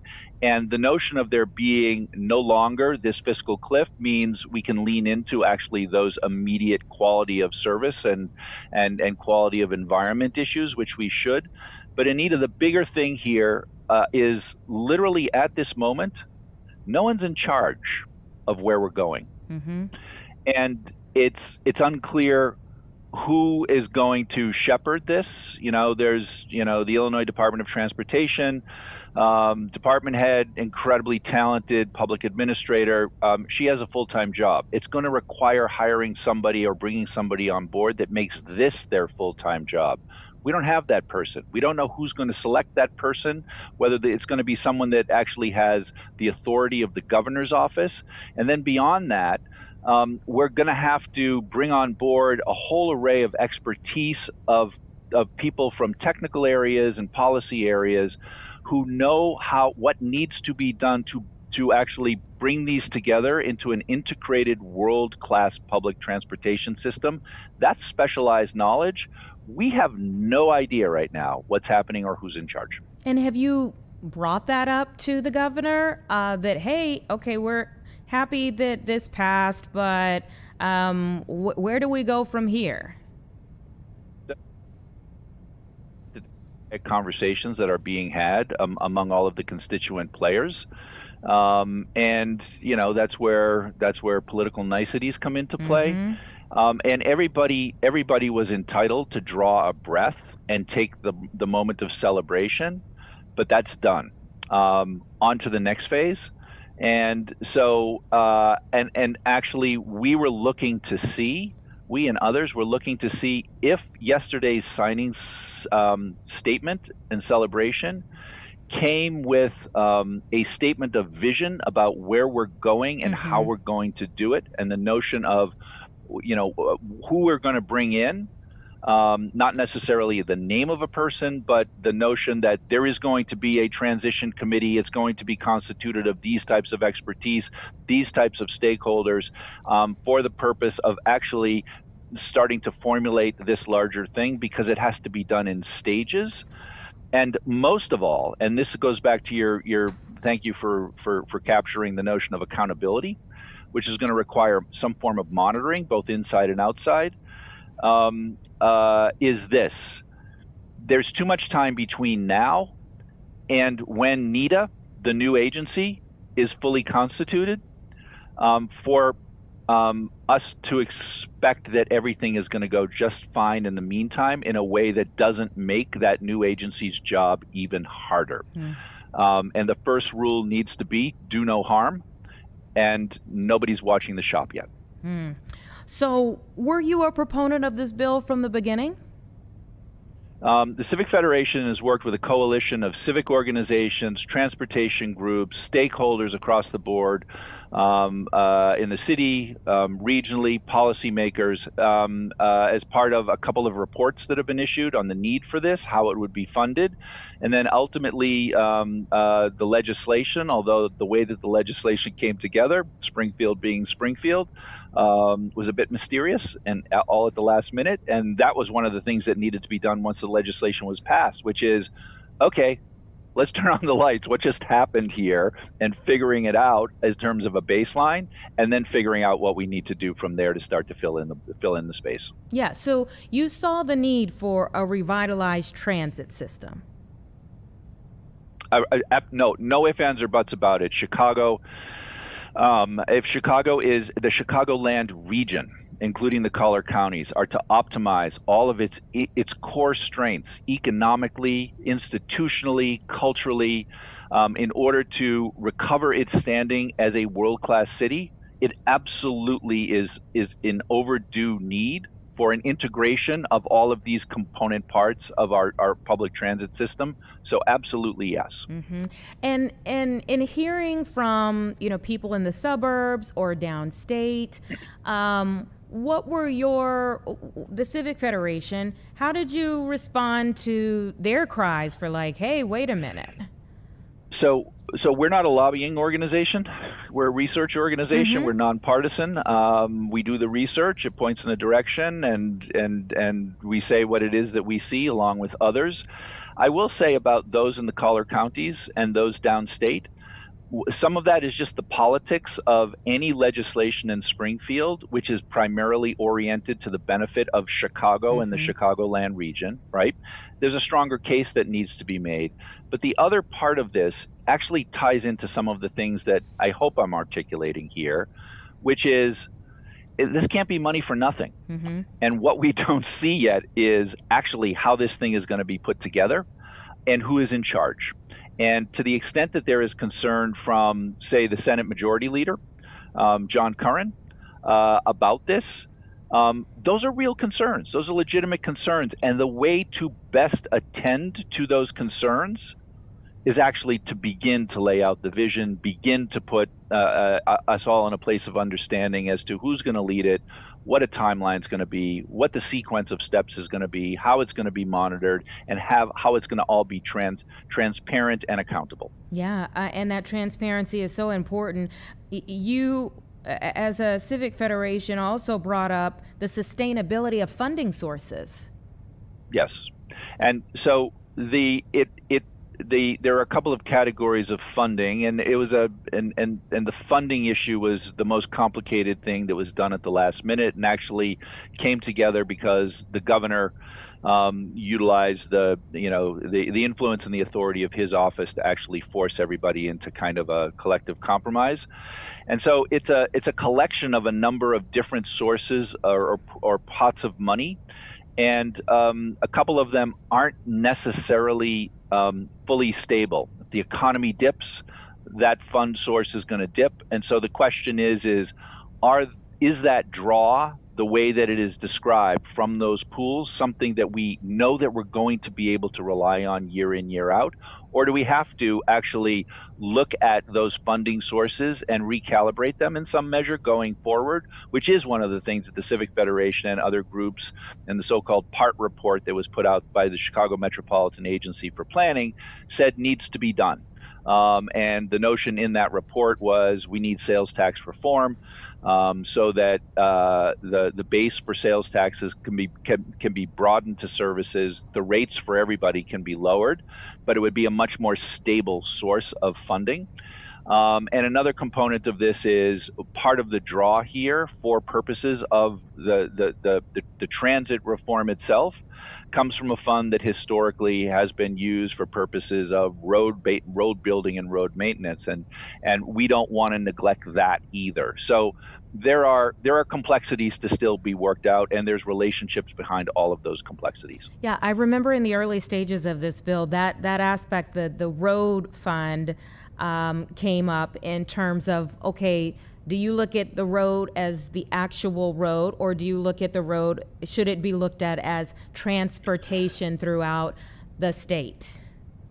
And on that point, it's a both and you articulated it perfectly, Anita. The Constitution and the law is written in terms of transportation, but historically this particular fund has been used really for roads. And so there is this customary practice that folks then say, well, that's practically speaking what the law meant. Those aren't the words of the law, so everybody's got to argue about it all over again. Argue never. Thank you so much for your time and your diligence on this effort. We appreciate you joining us. We'll see what happens from here. Keep the light on. All right, that's what we like. 3:30 right now. We'll be right back.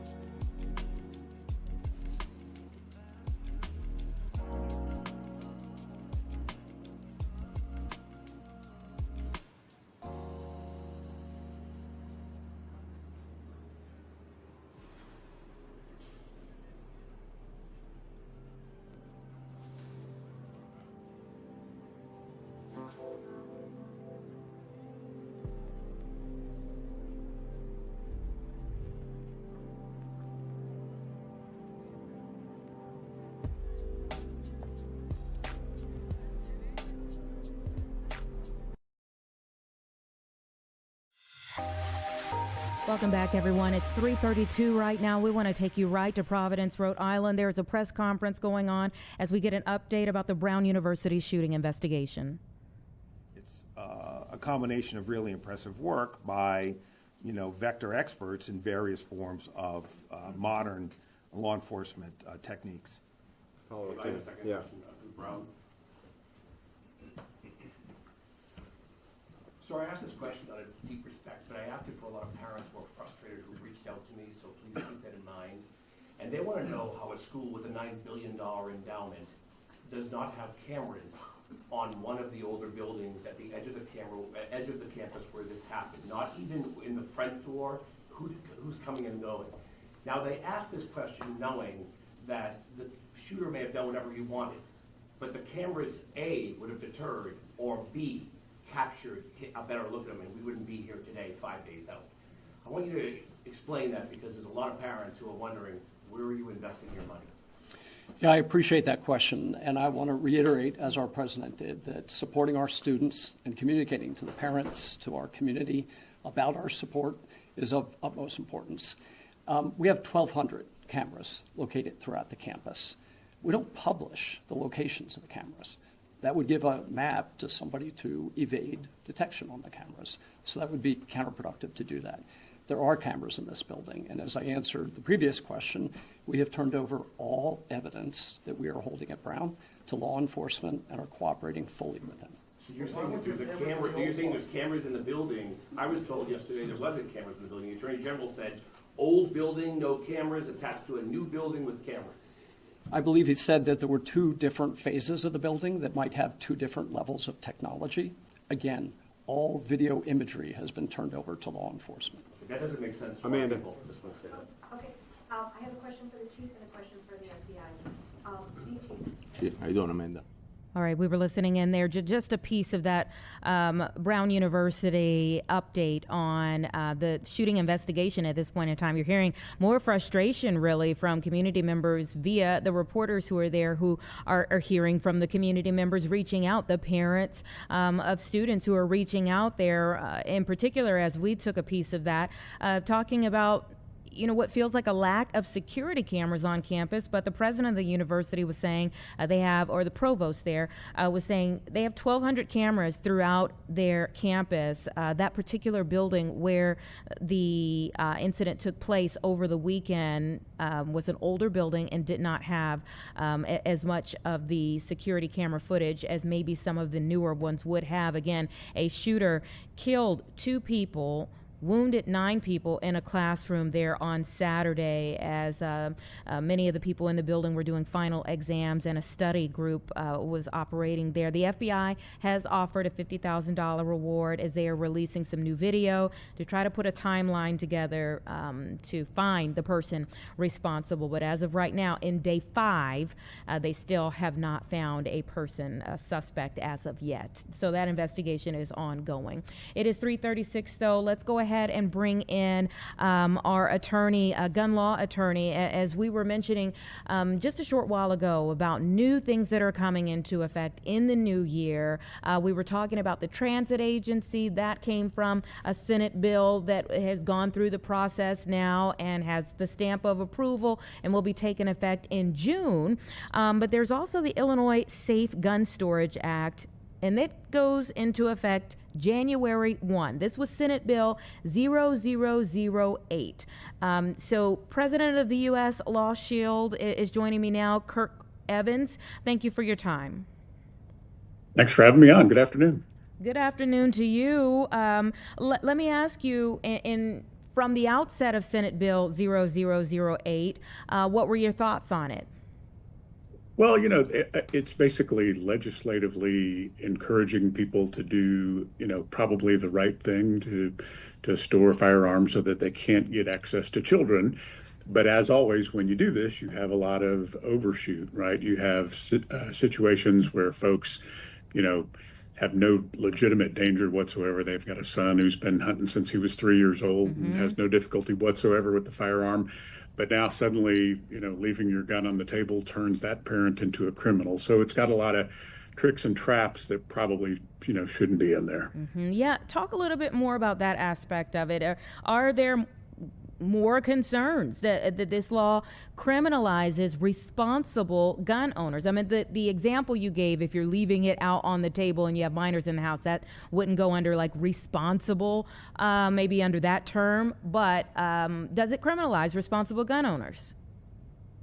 Sure, it certainly can. The biggest concern is, say your house is broken into and your firearms are stolen. Every responsible person wants to go out and report that, right? My house was broken into. I want to report this crime. But now you have to second guess yourself and say, oh my gosh, where was that firearm? And am I essentially turning myself in for another crime just because I want the police to come out and, investigate this robbery? That's a tough one for folks. Oh, that is really tough for sure. So let's go over the core requirements, baseline here of this Senate bill for firearm owners. What do they need to know? Sure. So Illinois already had a law that said, basically you got to keep your firearms stored so that they can't be accessed by a minor. Now, the old definition of minor was someone under 13. Under the new law, that's going to go up to persons under 18. So the trick and trap here is, say you got kids coming home for the holidays from college, and you naturally assume, they're all above 18, they're in college. Well, what if one of his friends is a whiz kid and you have your firearm sitting out, he's 17, you technically have violated this new law by not keeping it secured while that person is in the home. So, but first new thing to look out for is got to keep those guns away and locked up for persons under 18. The next thing that the law adds is 2 more categories of people that you have to keep that firearm locked up if they're near or can access it. So the next one is at-risk persons. And the law defines at-risk persons as persons who have either said or by their actions indicated that they're likely to harm themselves or others or commit suicide. So, another tough one for normal folks, if you have no indication whatsoever that somebody's going to harm themselves, you haven't heard anything about it, but maybe, they posted something weird on Facebook 3 years ago, and now suddenly you should reasonably know that that person is an at-risk person. Another tough one, but you have to watch out for that. So if you have such a person, maybe someone that has recently attempted suicide or expressed something about suicide, you have to store and lock up your firearms if that person comes to your premises. Final new category is prohibited persons.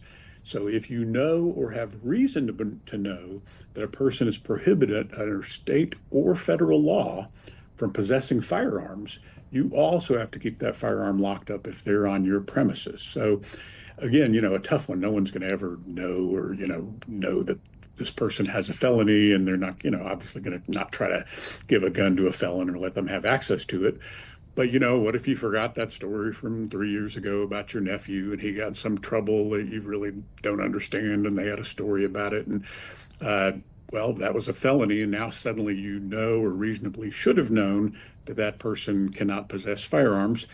You could be in violation of this law and get in serious trouble if you don't have the firearm stored when that person's over your house, even if they don't get access to it. It's just the mere failure to store the firearm. So the overarching thing here is obviously maybe twofold, but it could be more than that, but it is nuanced. Let me just put it that way. It's nuanced. One, obviously, you're trying to save lives, prevent unintended shootings, and have some type of more of a background as to where guns are going when they end up in the wrong hands. Where have they been? Where are they going? Correct? Sure. Yeah. A lot of this is just common sense, right? Nobody wants to give their firearm to a minor who, doesn't know what they're doing with the gun. Nobody wants someone who's going to commit suicide to get a hold of the firearm. And, nobody wants people to be giving guns to felons. It's just, when you attach all these severe penalties to common sense, you can turn normal normal folks into criminals overnight. Yeah. How does it change at all, like the timeline on if your gun is stolen? You mentioned you gave an example of like if your gun is stolen, now you kind of maybe second guess things, but does it change the timeline on when a gun needs to be reported if it's stolen? Oh, okay. Separate section. So under Illinois law, you now have 48 hours to report a stolen or lost firearm. Now, that's only 48 hours from the time where you learn that it is lost or stolen. That's a lot of times difficult to figure out, right? Everybody knows about things in their purse or their wallet, and you're like, where is it? I'm sure it'll turn up somewhere, and you don't think it's lost or stolen until several days later. But now the law is very, very specific. From the time it's lost or stolen, you have 48 hours to report that to the police. And what's the penalty for noncompliance? So the first time it is a petty offense, which is just a minor fine, but you can lose your firearm owner ID card, which is a big concern for a lot of folks. Yeah, sure. And I mean, we've seen some very serious situations, whether it's, on multiple occasions, we've heard of a child that ends up getting their hands on a weapon and it could end their life, or even in the instance, I remember there was, one of our police officers who was killed, and like trying to track back that gun that was used in the offense that took a police officer's life. It ended up that it had been stolen from somebody in a totally different place. So there is some validity to like trying to figure out these things, of course, when you're looking at some of the ways that these guns end up being used, even if they started in the hands of responsible gun owners. Is there more of a risk for legal challenges on the basis of a Second Amendment? Under the new statute, probably not. So it looks like the drafters here focused very, very much on the existing laws. There was already the Heller case out of Washington, D.C. several years back was on this exact issue. And it looks like the drafters here in Illinois definitely schooled themselves up on that case and used that case to draft this law. So the big one in Heller was they said, hey, you can't have somebody forced to lock up a gun. What if they need it for self-defense immediately? And that case said, and this law says, that if you have the gun on your person, meaning you're carrying it, you've got it in a holster on your person, that is actually an exemption to the law. So if you're walking around in your house with the gun, concealed carrying it on your person in a holster, that's actually an exemption where you don't need to have that firearm locked up. How do you think law enforcement will handle enforcing this? It just depends on it's got to be case by case basis, right? A lot of times you just have to judge just sort of the aw shucks. I mean, does this seem like a person who legitimately didn't know they lost their firearm, is totally surprised, and it was, taken in otherwise obvious, robbery or burglary or something like that? Or is this a person who, had the firearm, they left it on the top of their car as opposed to leaving it in the trunk, and then came back out, it was gone, and they just didn't report it. It's going to be tough. It's going to be up to the law enforcement officer and the particular circumstance to just kind of feel out, did this person really know it was gone? Did they really store it incorrectly? That type of thing. Yeah, was it negligence or human error?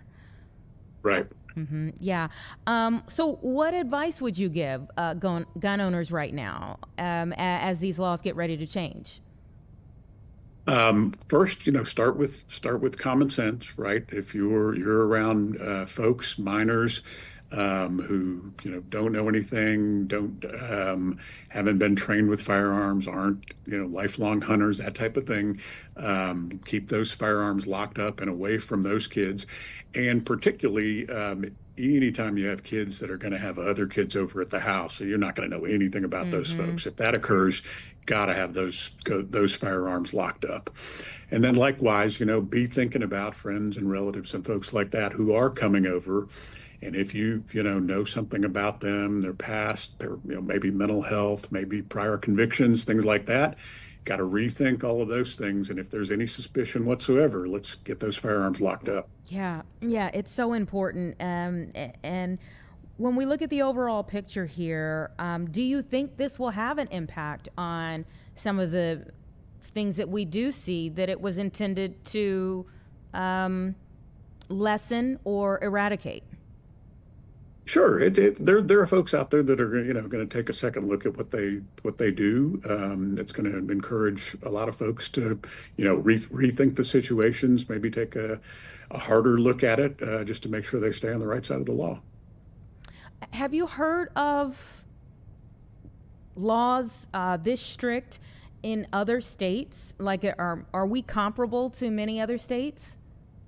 No. So the at-risk persons and prohibited persons, that addition is actually above and beyond what almost every other state has. Most states do have severe penalties for allowing children to access firearms. Even many of the pro-gun states have those type of laws. But the adding of the at-risk and prohibited persons section, that is above and beyond what a lot of states have. Very interesting. Okay. Is there any other aspect of this that you think we need to keep in mind that people maybe won't catch?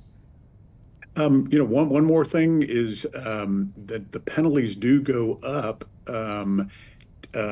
if this occurs more than once. Okay, so you got to watch out. That first time it happens, it might be what you perceive to be just a slap on the wrist. The penalties can go up very, very severely, up to a $10,000 fine, and can even be up to a year or 364 days in jail. So, definitely watch out in the first instance. But if anything happens again, it's going to be more trouble. Yeah. Well, if it has to happen again, I think that would kind of fall under negligence there. After the first time, you should get kind of the overall picture after the first time. Tell us a little bit about U.S. Law Shield. Oh, sure. We're a legal defense for self-defense organization that's based primarily on education, getting the news out with publications, videos, things like that, to folks who want to exercise the right of self-defense or use firearms for self-defense. And the other half of our program is that if you're ever forced to use a firearm in self-defense or defense of others, we'll provide an attorney for you start to finish to represent you in that incident. All right. Very interesting. Thank you so much for sharing your expertise with us. We appreciate it. You bet. Thank you. Hopefully people will listen and follow suit. It is 3:50 right now. Let's take a quick break and we'll be right back in 2 minutes.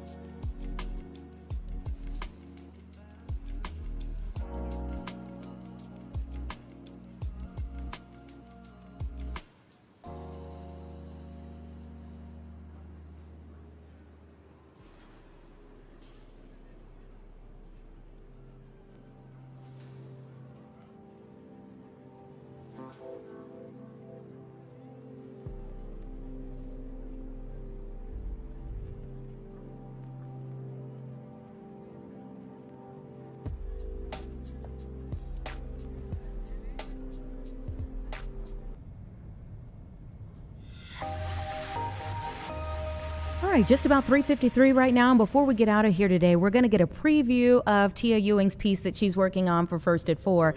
Tia, thank you so much. I know that you're getting ready for the show feverishly, but tell us what you're working on today. So I am working on a story that came across my desk. A mother who lives on the south side of Chicago has a lot of questions about how her son died. Her son was involved in a horrible crash, a fiery crash that turned out to be a deadly crash on Lakeshore Drive. This was on November 23rd. And we have found out that the driver, or the owner, I should say, of the vehicle that started this entire crash is a migrant. And by his own admission, in a phone call, he admitted that, he was from Ecuador, ended up in Texas, was bused by, the whole busing situation by Governor Greg Abbott, ended up from Texas to New York, from New York to Chicago. He claims that, yes, he is the owner of the car. Yes, he was inside the car, but he was not the driver of the car. His statement is basically that his friend that he had just met was driving his car. He was a passenger. The problem is dead men can't talk. And his friend that he is alleging was the driver that, again, he had just met, died in this crash as well. So we have 3 people that died. We have the mother that we spoke with. Her son died. Her son's friend that he had known since high school, she died. And then this unknown person died in all of this as well. And so the question is, what happens in an investigation of this magnitude? Is now the issue, the legal ramifications, does it fall on this person who is undocumented? I have been going back and forth communicating with the Secretary of State to determine if this person has a valid license. As of right now, it does not appear that this person has a valid license, but we go through all of what we have uncovered in the last 24 hours. We literally shot this story yesterday, and today we're airing it, and we've tried to nail down everything possible to be able to put it on TV today. So it will air at 4:30 today, 5:30, and then, of course, on our website, it will be present as well, fox32chicago.com. This poor mother. Oh, my goodness. There's so many different parts of this story that don't bring her son back. Parts of the story. And it does not bring her son back, and it's very interesting that, typically in a crash of this magnitude, you would have the living person would have to do, I talked to a law enforcement official, they basically said that there would be steps taken to see, if this other person, the living person, is responsible. So it sounds like this is an investigation that is ongoing, but still, as of right now, this person that we talked to who owns the vehicle, he tried to file insurance against the mother's son who's not living. He tried to get an insurance claim against him. And he even told us over the phone that he is, kind of hunkered down in his apartment because he knows ICE is in town. So a lot of different questions here. And we will explore that in our story. Is he saying that the other car was at fault? I mean, have the police even released that? Like, which car was at fault? So according to the crash report, which we did obtain, it appears that the car that is owned by this migrant man was at fault. There were witnesses that were in an ambulance that did see the crash unfold. It's very clear, and I do explore that. I don't go into who, what, when, the witnesses and all of that, but it's very clear that it is believed that the car that is owned by this man who clearly states that he is undocumented, that car was at fault. The car blew through a stop sign. From there, was speeding really fast, crashed into Mr. Sullivan, Prince Sullivan's car. He's 23 years old. Crashed into that car. That car hit a wall, and from there it erupted into flames. Oh my. And yeah, it is believed that that vehicle that he was in, whether he was the passenger or the driver, the vehicle that he owned, caused this crash. Wow. All right, Tia, we'll look forward to your report coming up at First at 4. Thank you so much. I can see folks running around behind you getting ready for the show. So we'll let you join them. We want to thank everybody for being here today with us. Boy, we have covered so much ground about things that are happening in the new year, especially as we all kind of turn our attention, yes, to Christmas, but then beyond what happens in the new year, and even like the end of this year, that budget battle that is ongoing, that'll be one of the stories that Paris, our political reporter Paris Schutz, will be covering in the 4 o'clock news as well, as we go through, all right, there's an alternative budget, and then there's the mayor's proposal as it stands, and how they try to work through that with these aldermen meeting each and every day this week to try to hammer something out. Again, they have until the end of this month. So a lot of big things that are happening. Obviously, there are some great things that are happening as well. We talked about the new things that are moving into the Mag Mile, wonderful things that are happening with that, but also some things that people still have a lot of questions about and things that are still trying to be worked out.